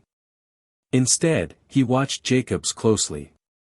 There was something about the way he said, "for now," that didn't sit right. Jacobs dropped his duffel bag onto the floor and moved toward the small kitchen. He started rummaging through the cabinets, his movements swift and precise. Deshaun stayed quiet, but his gaze never left Jacobs. "You know," Deshaun said after a long silence, "I've been thinking." Jacobs paused, a canned good in his hand, and turned to face Deshaun. His expression was unreadable. "Thinking about what?" "About everything," Deshaun said, his voice low, "about what's going on, about why I'm here. And I gotta ask. Why do you really want to help me?" Jacobs's eyes narrowed slightly, and he put the can down. "What do you mean?" "I mean, why me?" Deshaun pressed. "You've got all this knowledge about the code, about the people after me. You seem to know a lot more than you're letting on. And you've been moving too smoothly through all this chaos. I don't know if I can trust you anymore." Jacobs's face remained calm, but Deshaun saw a flicker of something, maybe surprise, maybe guilt, cross his features. For a moment, neither of them said anything. The silence stretched between them like an uncomfortable weight. Then Jacobs spoke, his voice softer than usual. "Deshaun, I get it. I understand why you're questioning me. Hell, I'd question me too. But you need to understand something, I've been in this game a lot longer than you. And I know the kinds of people we're dealing with. I'm not trying to manipulate you. I'm trying to keep you alive." Deshaun felt his chest tighten, but he wasn't sure if he believed him. It was so hard to tell anymore. Every piece of information Jacobs gave him seemed to lead to more questions, more uncertainties. Deshaun needed to know the truth. "Then why do you keep leaving out details?" Deshaun pressed. "Why not tell me everything from the start? Why keep me in the dark?" Jacobs sighed deeply, the frustration clear on his face. "Because I didn't want to overload you. I thought it would be too much. But this is a dangerous world, Deshaun. And if I told you everything all at once, you'd have run the other direction. And I wouldn't blame you for it. But right now, we don't have that luxury. We need to work together. If you don't trust me, fine. But we have a common goal, staying alive." Deshaun stared at Jacobs, his mind whirling. He didn't know if he could trust him, but he also didn't know if he had any other choice. Deshaun had been thrown into a war that he never signed up for, and in this moment, he realized that Jacobs might be his only ally in a world full of enemies. "I don't know if I believe you," Deshaun said, his voice a mix of frustration and fear, "but I'm not running. Not yet." Jacobs nodded, his face softening just a fraction. "That's all I can ask." Suddenly, the sound of tires screeching outside snapped Deshaun out of his thoughts. His heart skipped a beat as the sound of an engine revving echoed from the street. Jacobs's eyes widened. "They found us. Time to go." Deshaun stood up immediately, adrenaline flooding his system. "Who is it this time? How did they track us?" Jacobs didn't answer. He grabbed Deshaun's arm and pulled him toward the back of the cabin. "No time for questions. We're running." They sprinted through the small yard, the woods on the other side barely visible in the twilight. Jacobs moved with practiced speed, pulling Deshaun along, but Deshaun couldn't help but feel a sense of dread sinking into his gut. The world was spinning out of control, and he was caught in the middle of it. As they reached the tree line, Jacobs stopped and looked back toward the cabin, where the faint glow of headlights appeared. The enemy was closing in. "Move fast," Jacobs ordered. "We need to get to the backup location." Deshaun's mind raced. The enemy, whoever they were, was coming for him. But he didn't know who they were, or what they wanted. And now, with Jacobs's cryptic behavior and the growing fear in his chest, Deshaun realized something: he might not be able to trust anyone anymore. Not even Jacobs. Deshaun's heart was pounding in his chest as he and Jacobs raced through the trees. The sounds of the headlights closing in on them were a sharp reminder of how quickly the danger was escalating. Every step felt like it could be his last, and he couldn't help but wonder, what exactly am I running from? Jacobs led the way, moving swiftly and confidently through the thick underbrush. The dim light from the cabin had long since vanished, replaced by the growing darkness of the woods. Deshaun struggled to keep up, his thoughts racing faster than his feet could carry him. He couldn't shake the image of Jacobs's face earlier, calm, reassuring, but with a hint of something hidden. Was he being truthful when he said Deshaun could trust him? Or was he simply another player in a dangerous game that Deshaun had been thrust into without any choice? The sounds of the car engines grew louder, and Jacobs glanced back toward Deshaun. His expression was grim. "They're getting closer," Jacobs said, his voice tight. "We need to move faster." Deshaun nodded, but his mind was elsewhere. The doubt that had been growing inside him finally began to crystallize. Why is Jacobs so sure that we're safe now? Why has he been so calm? Deshaun had seen enough in the last few days to know that when things didn't add up, they usually didn't end well. He reached out, grabbing Jacobs's arm to stop him. "Wait. I need to know something." Jacobs turned, his brow furrowing. "Not now, Deshaun. We can talk later." "No," Deshaun insisted, his voice sharp. "I need answers now. You've been hiding something from me. What aren't you telling me?" Jacobs's eyes flashed, his jaw tightening as though he was trying to decide whether to continue the conversation or shut it down completely. After a long pause, he finally exhaled deeply, his shoulders slumping slightly. "Fine. But we need to get to a safer place first," Jacobs said, his tone still edged with urgency. "I'll tell you everything once we're out of here." Deshaun's frustration grew, but he didn't argue. He could feel the pressure building, the weight of everything that had been happening finally coming to a head.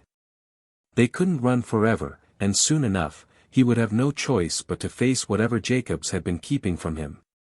They moved quickly through the woods, the only sound now was the crunching of leaves beneath their feet and the rustling of the trees above. Eventually, Jacobs slowed and turned, leading Deshaun to a small clearing where an old, beat-up car was parked behind a cluster of trees. "This is where we'll make our stand," Jacobs said, his voice low. "Get in. We've got to get moving." Deshaun hesitated for a moment, but there was no time to argue. He got in the passenger seat while Jacobs slid into the driver's side and started the engine. The car's engine sputtered to life, and they sped off, leaving the safety of the woods behind. As they hit the open road, Deshaun's mind was still spinning. He needed answers, and he wasn't going to let Jacobs off the hook any longer. "All right, Jacobs," Deshaun said, his voice steady but filled with determination. "Time to talk. I'm done waiting. What aren't you telling me?" Jacobs glanced over at him, his face still a mask of cool resolve. But Deshaun could see the flicker of something deeper beneath the surface, a flicker of fear. Jacobs's grip tightened on the steering wheel, and for a moment, Deshaun thought he might not answer at all. But then Jacobs sighed, a heavy, almost defeated sound. "I've been keeping something from you, Deshaun. And I'm sorry for that," Jacobs said, his voice low. "But you have to understand, it wasn't because I didn't trust you. It's because the truth is a lot more complicated than you think. Deshawn's mind raced. What truth? What are you talking about? Jacobs looked out the windshield, his gaze focused on the road ahead. I wasn't just some random person who found you and decided to help. I've been tracking you, Deshawn. For a long time. The words hit Deshawn like a punch to the gut. What do you mean, tracking me? Why? Because you're not just a kid who cracked a math code, Jacobs replied, his voice tinged with something like regret. You're part of something bigger. Something that goes back further than you could ever understand. Deshawn felt his blood run cold. What do you mean, bigger? Who are you, really? Jacobs's grip tightened further on the wheel, his knuckles white. I'm not who you think I am. I've been working with the people who want the code. The ones who need it to manipulate the systems, to control the world. And you were the one who cracked it. Deshawn's mind whirled, trying to process what Jacobs was saying. So, you're not trying to protect me? You're using me? Jacobs's face hardened, and for a moment, Deshawn thought he might be lying. But then Jacobs shook his head slowly. No. I'm trying to protect you from them. From what they'll do if they get their hands on the code. But you need to understand something. I'm not a hero in this story. I've been on both sides. And now I'm stuck trying to save your life. Deshawn felt the room spin. His mind struggled to catch up with the revelations. Jacobs had been working with the very people he had thought he was running from. And now, he was telling him that he had been tracking him all along. What does that mean, tracking me? Deshawn asked, his voice low, full of disbelief. What did you know about me? I knew you'd crack the code, Jacobs said, his tone filled with something close to resignation. I've known about you for months, Deshawn. You were always going to be the one to figure it out. You're too smart for your own good.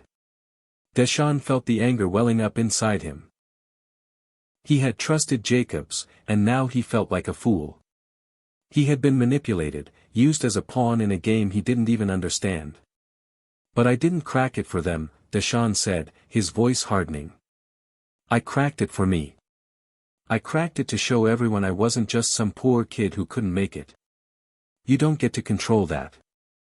Jacobs's gaze softened, but there was no easy way to undo the damage. I never meant to use you. But now we're in this together. And you're the only one who can stop them. As the car sped down the highway, Deshawn's thoughts churned. He didn't know who to trust anymore. But he couldn't back out now. Too much was at stake. The car hurtled down the darkened road, the engine's growl the only sound breaking the night's oppressive silence. Deshawn's hands were clenched tightly in his lap, his mind swirling with everything Jacobs had told him.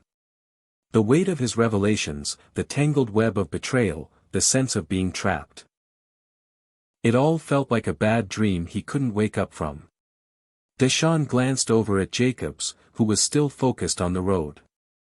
His face was a mixture of exhaustion and determination, but something else, something darker, had crept in.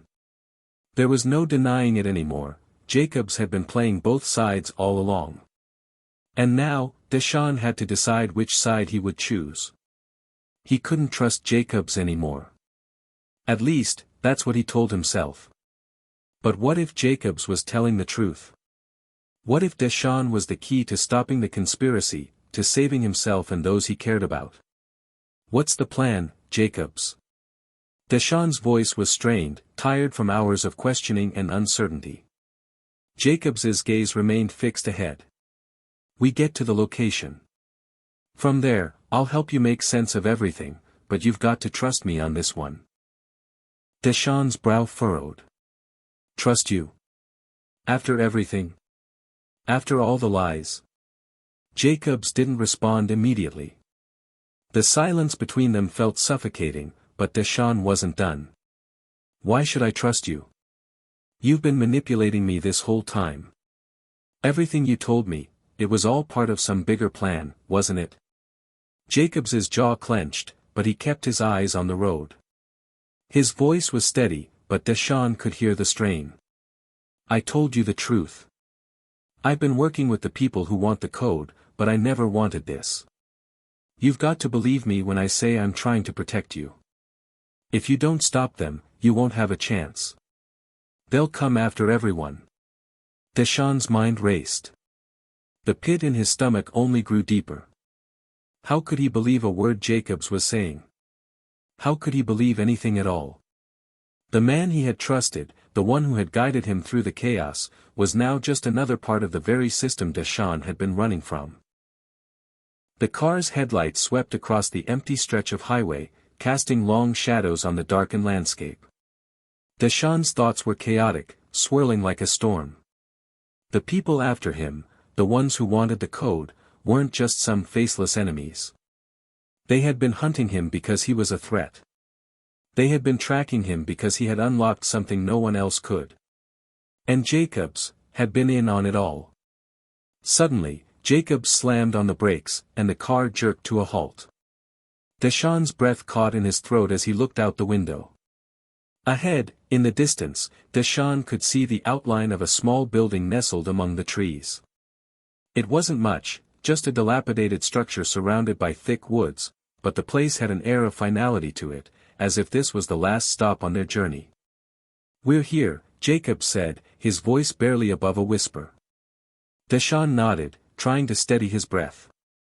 The fear gnawing at him was palpable, but it wasn't just fear. It was betrayal. And it was the hardest thing to shake off. Jacobs had betrayed him. He had been part of this all along. They got out of the car, and Jacobs led Deshaun to the small, run-down building. The door creaked open, revealing an empty, dimly lit interior. Deshaun's nerves were on edge, his senses heightened. The room seemed to hum with tension. Where are we? Deshaun asked, his voice shaking slightly as he tried to make sense of the situation. Jacobs motioned for him to follow. This is it. This is where everything ends. As they moved deeper into the building, Deshaun couldn't shake the feeling that something was off. The air felt thick with the remnants of long-forgotten secrets, and the walls seemed to echo with the weight of history. Jacob stopped in front of a large, metal door, the kind that was built to withstand anything. This is it, Jacob said again, his voice tense. Deshaun took a hesitant step forward. What is this place? Jacobs hesitated, then spoke, his voice tight. This is where the code was designed. The facility where they built it. This is the heart of everything. Deshaun's mind reeled. The heart of everything. What was Jacob saying? The code is more than just numbers, Deshaun. It's a weapon. It can control entire systems, influence global networks, even change reality in a sense, Jacobs continued, his words slow, as if testing how much Deshaun could take. And you're the one who cracked it. You're the one who has the power to wield it. Deshaun's throat went dry. So, what now?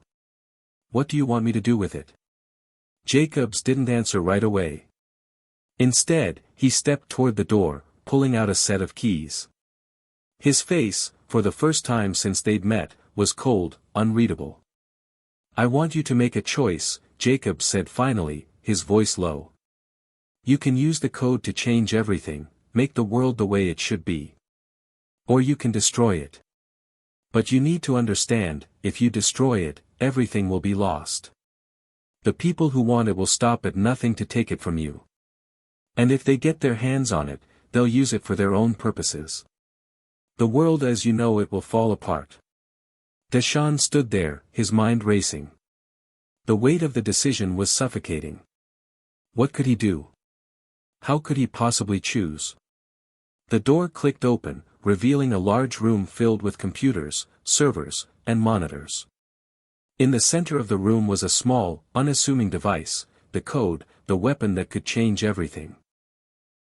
Jacob stepped inside, motioning for Deshaun to follow. This is your chance. You're the one who can control the future. What will you do? Deshaun looked at the device, his heart pounding in his chest.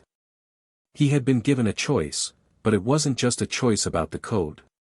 It was a choice about who he was, who he wanted to be, and what kind of world he wanted to leave behind. Deshaun stood in the dimly lit room, his heart pounding in his chest. The hum of the servers filled the silence, but the sound was distant, almost muffled beneath the roar of his thoughts. Jacob stood to his right, waiting for the decision that would change everything. The weight of the world seemed to settle on Deshaun's shoulders as he gazed at the small, unassuming device in front of him. It looked so ordinary, so harmless. Yet, in its very simplicity, it held the power to control vast networks, manipulate systems, and reshape reality.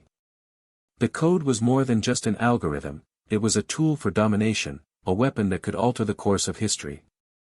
Jacobs had given him the choice.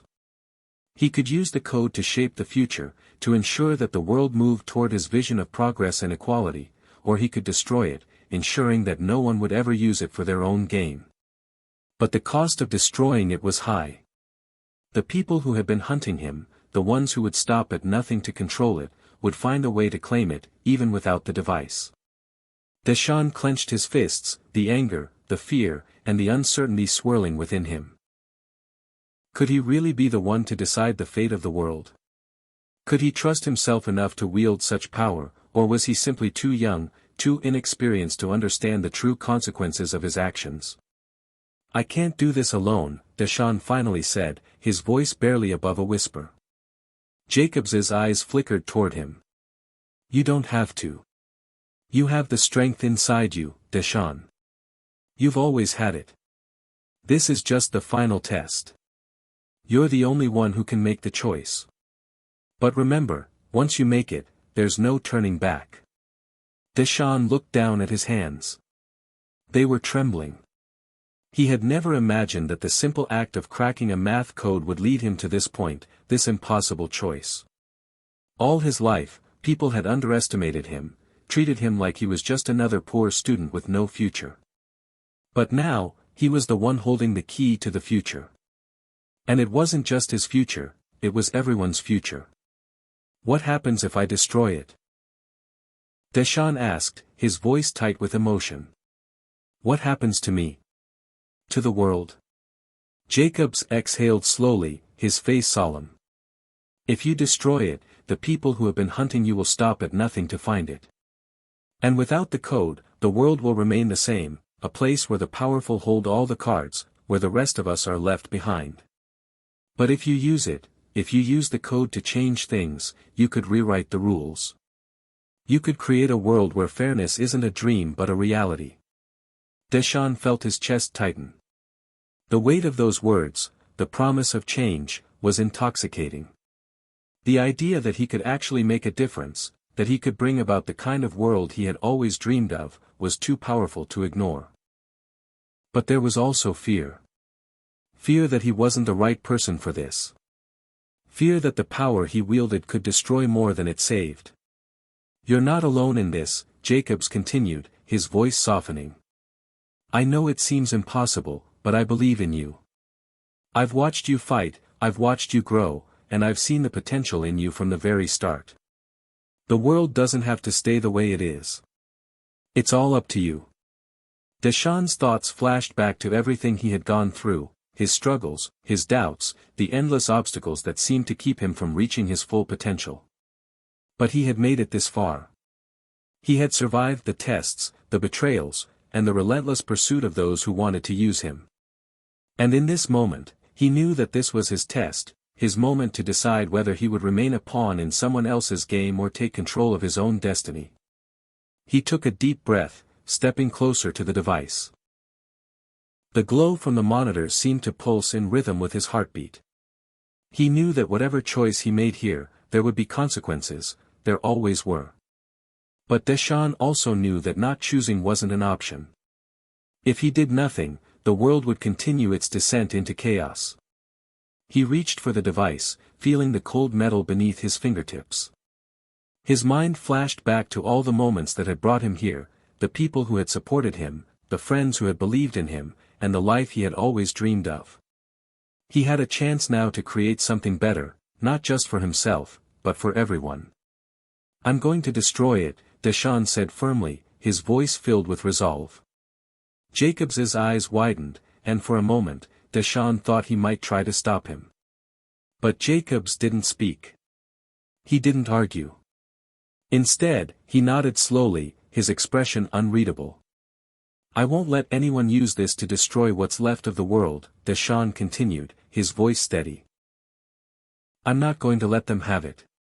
With that, he pressed the button on the device. There was a brief moment of silence before the screen blinked red, and the device began to whir loudly. Deshaun's heart skipped a beat as he watched the device power down, the numbers on the screen flickering and then disappearing completely. For a moment, everything was still. Then, without warning, the room began to shake. The ground beneath Deshaun's feet trembled as the lights flickered and went out. A loud crash echoed from somewhere deeper within the building, and Deshaun's heart raced. What's happening? Deshaun asked, his voice rising in panic.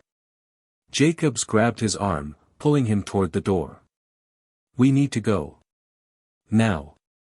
Deshaun stumbled after him, barely able to keep up as Jacobs hurried down the hallway. The building was collapsing.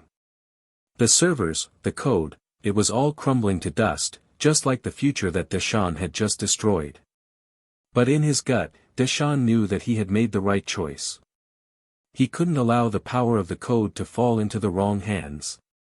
It was a weapon, and weapons weren't meant to be used by anyone, no matter how noble their intentions. Some things were just too dangerous to control. They emerged into the open air just as the building gave one final, deafening tremor. Deshaun glanced back one last time, watching as the entire structure seemed to collapse in on itself. The code was gone. The fight was over. Jacobs turned to him, his face solemn but proud. You did the right thing. Deshaun nodded, his chest heavy but his heart oddly light. I hope so.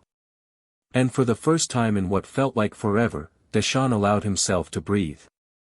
As they walked into the night, Deshaun knew that the world wasn't going to change overnight. It wasn't going to be easy. But he had taken the first step towards something better, something real. He had made his choice. And in the end, that was all anyone could ever do. Deshaun stood at the edge of the old building, now nothing but rubble and dust, the remnants of what had been a place of unimaginable power. The smoke was still thick in the air, and the faint sound of crumbling walls echoed in the distance. His chest was tight, but there was a sense of calm that had settled over him. The code was gone. The world would be safer for it, at least, that's what he told himself. Jacob stood beside him, his eyes scanning the remains of the building. The wind had picked up, carrying with it the smell of burning debris, but neither of them spoke for a long while. The silence between them felt heavy, filled with things that neither one of them had said yet.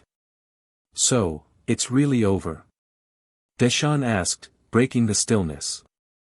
His voice was hoarse, like he hadn't spoken in days. Jacobs nodded slowly. The code is gone. The weapon is destroyed. The world, it's still in pieces, but it's ours to rebuild. Yours, especially. Deshaun turned to him, a frown tugging at his lips. Mine. I didn't do this alone, Jacobs. You've been with me every step of the way. Jacobs let out a soft laugh, but it lacked humor. Yeah. But you're the one who made the choice. You're the one who decided that power like that couldn't be controlled. Deshaun looked out over the horizon, where the early morning sun was beginning to rise, casting a faint glow across the landscape. It was a quiet moment, one of rare peace. Yet, in the back of his mind, the doubts still lingered. He had destroyed the code, but had he done the right thing? What if the world needed it? What if he had just condemned everyone to a future filled with more uncertainty and chaos? I can't shake this feeling, Jacobs, Deshaun muttered, rubbing his temples. I did what I thought was right, but what if it wasn't enough? What if the world will still fall apart without it? Jacobs's face softened as he stepped closer. Deshaun, You made a choice. And that's all any of us can do. We can't live in the what-ifs. The code was dangerous. Even if you had controlled it, the people who wanted it would have used it to keep everything the same. They wanted control. But you wanted to break the system, not become a part of it. That's why you made the right call. Deshaun took a deep breath, trying to steady the thoughts swirling in his mind. Jacobs was right. He had chosen a path of uncertainty over the potential for power, but that didn't mean the future would be easy. He was still just a kid who had been thrust into a world that never seemed to believe in him, that never saw his worth. He turned to Jacobs. What now? What do we do now? Jacobs hesitated, his eyes narrowing as if weighing something in his mind. Now, we live. We rebuild. The people who were after the code will still be out there. They'll be looking for answers. But we have something they don't, a chance. A real chance to make the world different. Deshaun thought about that. A chance. He had always wanted to prove that he was more than just the poor kid from the wrong side of town, the kid who couldn't catch a break. He had cracked the impossible math test, and that had been just the beginning. He had faced insurmountable odds, only to come out on top. But now, he had to decide who he wanted to be in a world that had no clear answers, a world where the lines between right and wrong were blurred. I don't know if I can do it, Deshaun said quietly, staring at the ground. I don't know if I'm ready to lead. I just wanted to survive. Jacobs placed a hand on Deshaun's shoulder. You don't have to do it alone. You never did. But you have something that a lot of people don't, the ability to see what needs to change. And that's what makes you special. Deshaun looked up at Jacobs, his eyes searching the older man's face for any sign of doubt. But there was none. Jacobs truly believed in him. And in that moment, Deshaun knew what he had to do. It wasn't about taking control of the world or leading a revolution, it was about staying true to himself. He couldn't change everything at once, but he could make a difference in the ways that mattered most. The city was still reeling from the aftermath of the chaos caused by the search for the code. Rumors of its destruction had spread quickly, and many of the people who had sought it out were now lost, aimlessly wandering, without a cause or purpose. But there were others, people like Deshaun, who had seen a glimmer of hope in the ashes. Deshaun sat in a small, cluttered cafe, the kind of place that had always felt out of reach for someone like him. But now, it felt like home. The sun streamed through the windows, and for the first time in weeks, he felt at peace. Jacobs had left a few hours earlier, promising to gather those who would help rebuild. There were other rebels, others who had fought alongside Deshaun, who were now waiting for direction. But for now, Deshaun just wanted a moment to breathe. He had his future ahead of him. It wasn't going to be easy, and there would be days when he doubted himself. But he had done the hardest thing he'd ever had to do. He had made a choice to stop fighting for power and started fighting for change. The kind of change that couldn't be measured by numbers or systems, but by the lives it touched. A young girl walked into the cafe, her eyes wide as she took in the unfamiliar sight of Deshaun sitting there. It was as though she had just discovered a hero in the most unlikely place. "Are you Deshaun?" she asked tentatively, as if she were afraid of interrupting him. Deshaun looked up, startled. "Yeah, I am." The girl hesitated for a moment before speaking again. "You're the one who stopped it, right? The code? The weapon?" Deshaun smiled softly. It wasn't a grand smile, nor was it one that belonged to a hero. It was just a smile, the kind that came from finally realizing that he was exactly where he needed to be. "Yeah," he said. "I guess that's me." And as the girl sat down across from him, Deshaun realized that he hadn't just saved the world by destroying the code. He had saved himself. In the process, he had found his purpose, not in the battles he fought, but in the people whose lives he could touch. He wasn't just the poor kid who cracked the impossible math test anymore. He was someone who had the power to shape his future, to help others, and to bring about real change. And that, more than anything, was what mattered. The days that followed the destruction of the code felt like a blur to Deshaun. The world was changing, and so was he. People who had once doubted him now turned to him, seeking guidance, hoping he could offer them something that had long been lost, hope. The rebellion was growing, slowly but surely. The chaos of the past few weeks had left cracks in the system, and it was up to Deshaun and his new allies to fill those cracks with something stronger, something real. But as much as the world needed him, Deshaun couldn't shake the feeling that he was still just a kid who had made a choice, but who had no idea what came next. There was still so much to do, so much to repair. And every time he looked out over the city, he was reminded of just how much more needed to be done. Deshaun sat in the small office of the makeshift headquarters they had set up, his elbows on the desk as he stared at a map of the city. Jacobs had promised to rally more people, supporters, rebels, and those who were just looking for a way to survive in this new world. But Deshaun knew that no matter how many people they gathered, the fight was far from over. He couldn't do this alone, and he didn't want to.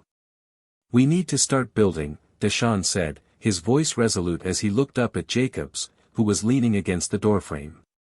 "The people who were after the code, they'll come for us. They'll try to find another way to control everything." Jacobs nodded, his face grim.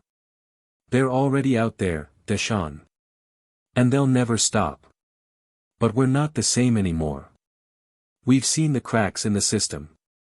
And now, we can fix them." Deshaun smiled slightly, but it didn't quite reach his eyes. The weight of responsibility was heavy. "We can't just fight for the sake of fighting.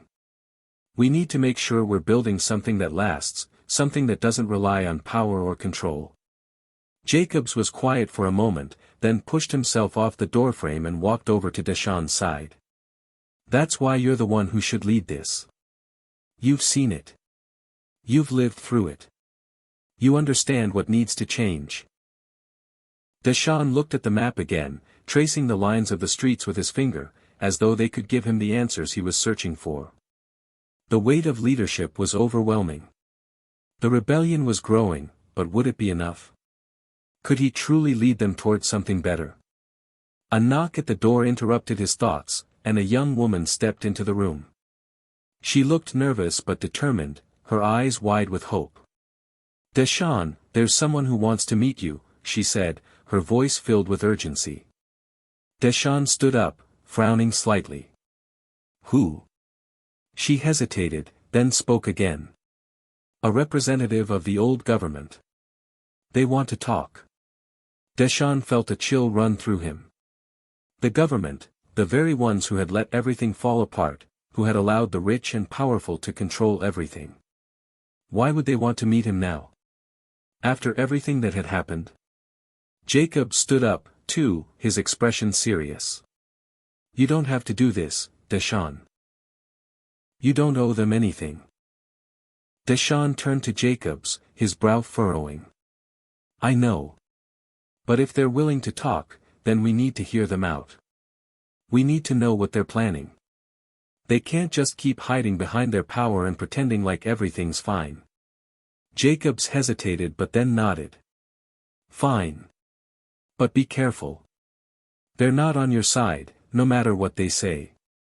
The meeting took place in a quiet, neutral location, a small office in one of the few remaining government buildings that hadn't been completely destroyed in the chaos. Deshaun walked in, flanked by Jacobs and a few of their most trusted allies. On the other side of the room stood a man in a suit, his posture stiff and his expression unreadable. "Deshaun," the man said, his voice smooth and calculated. "I'm Thomas Hayes, a representative of the government. I believe you know why we're here." Deshaun narrowed his eyes but said nothing. He wasn't going to trust this man, not after everything the government had done. But he had learned to listen. "You destroyed the code," Hayes continued, his tone neutral. "That was unexpected. But it's also opened up an opportunity for dialogue. We're interested in finding a way to move forward, together." Deshaun crossed his arms, studying Hayes. What do you mean, together? Hayes smiled slightly, but there was something unsettling in the way his eyes darted to the side. We want to make sure the power doesn't shift entirely. We need to rebuild, but we need to rebuild with balance. You've seen the destruction. You've seen the chaos. You've seen what happens when systems break down. What we're offering is a chance to build something new, something that works for everyone. Deshaun felt his heart rate pick up. He had heard this rhetoric before. Promises of change, of fairness, of progress. But how could he believe any of it? How could he trust them now? I'm listening, he said, though the words tasted bitter in his mouth. Hayes leaned forward slightly, sensing Deshaun's hesitation. We want you to join us. We want your help in creating a new system, one that combines the best of both the old and the new. The code, what you destroyed, wasn't perfect. But it had the potential to help us fix the world, if we used it correctly. Together, we can make sure that power is shared more evenly. We can use what we've learned to create a future that benefits everyone. Deshaun stood silent for a long moment, the weight of the decision pressing down on him. He could feel the tension in the room, the expectations, the pressure to make the right choice. But he knew better now. He had learned that no one could be trusted easily. He had seen the way people could manipulate words to get what they wanted. Finally, he spoke. I don't believe you. Hayes's expression hardened. You're making a mistake. Deshaun shook his head. No. You're making a mistake. You don't get to rebuild what you broke just because it's convenient for you. This world needs real change. Not more of the same. And I'm not going to be part of a system that just repeats the mistakes of the past. With that, Deshaun turned to Jacobs, who nodded in silent agreement. The deal was off. The government had its chance, but it had failed. As they walked out of the building, Deshaun felt a sense of finality. This was the moment he had been preparing for. His moment to take control, not by seizing power, but by breaking free from the system that had failed him and everyone else. The road ahead would still be difficult. The old power structures wouldn't give up easily, and the world wasn't going to heal overnight. But Deshaun was no longer the unsure kid who had been chasing a math test. He was a leader, someone who had seen the flaws in the system and was determined to fix them, piece by piece. As they walked away from the ruins of the old world, Deshaun glanced up at the sky. The sun was setting, but the light it cast felt different now. It was a light of possibility. He had made his choice. And it was just the beginning. Hit subscribe and leave a comment with where you're watching from. This story might just spark a new beginning. What's one thing that always pushes you forward, even when things get tough?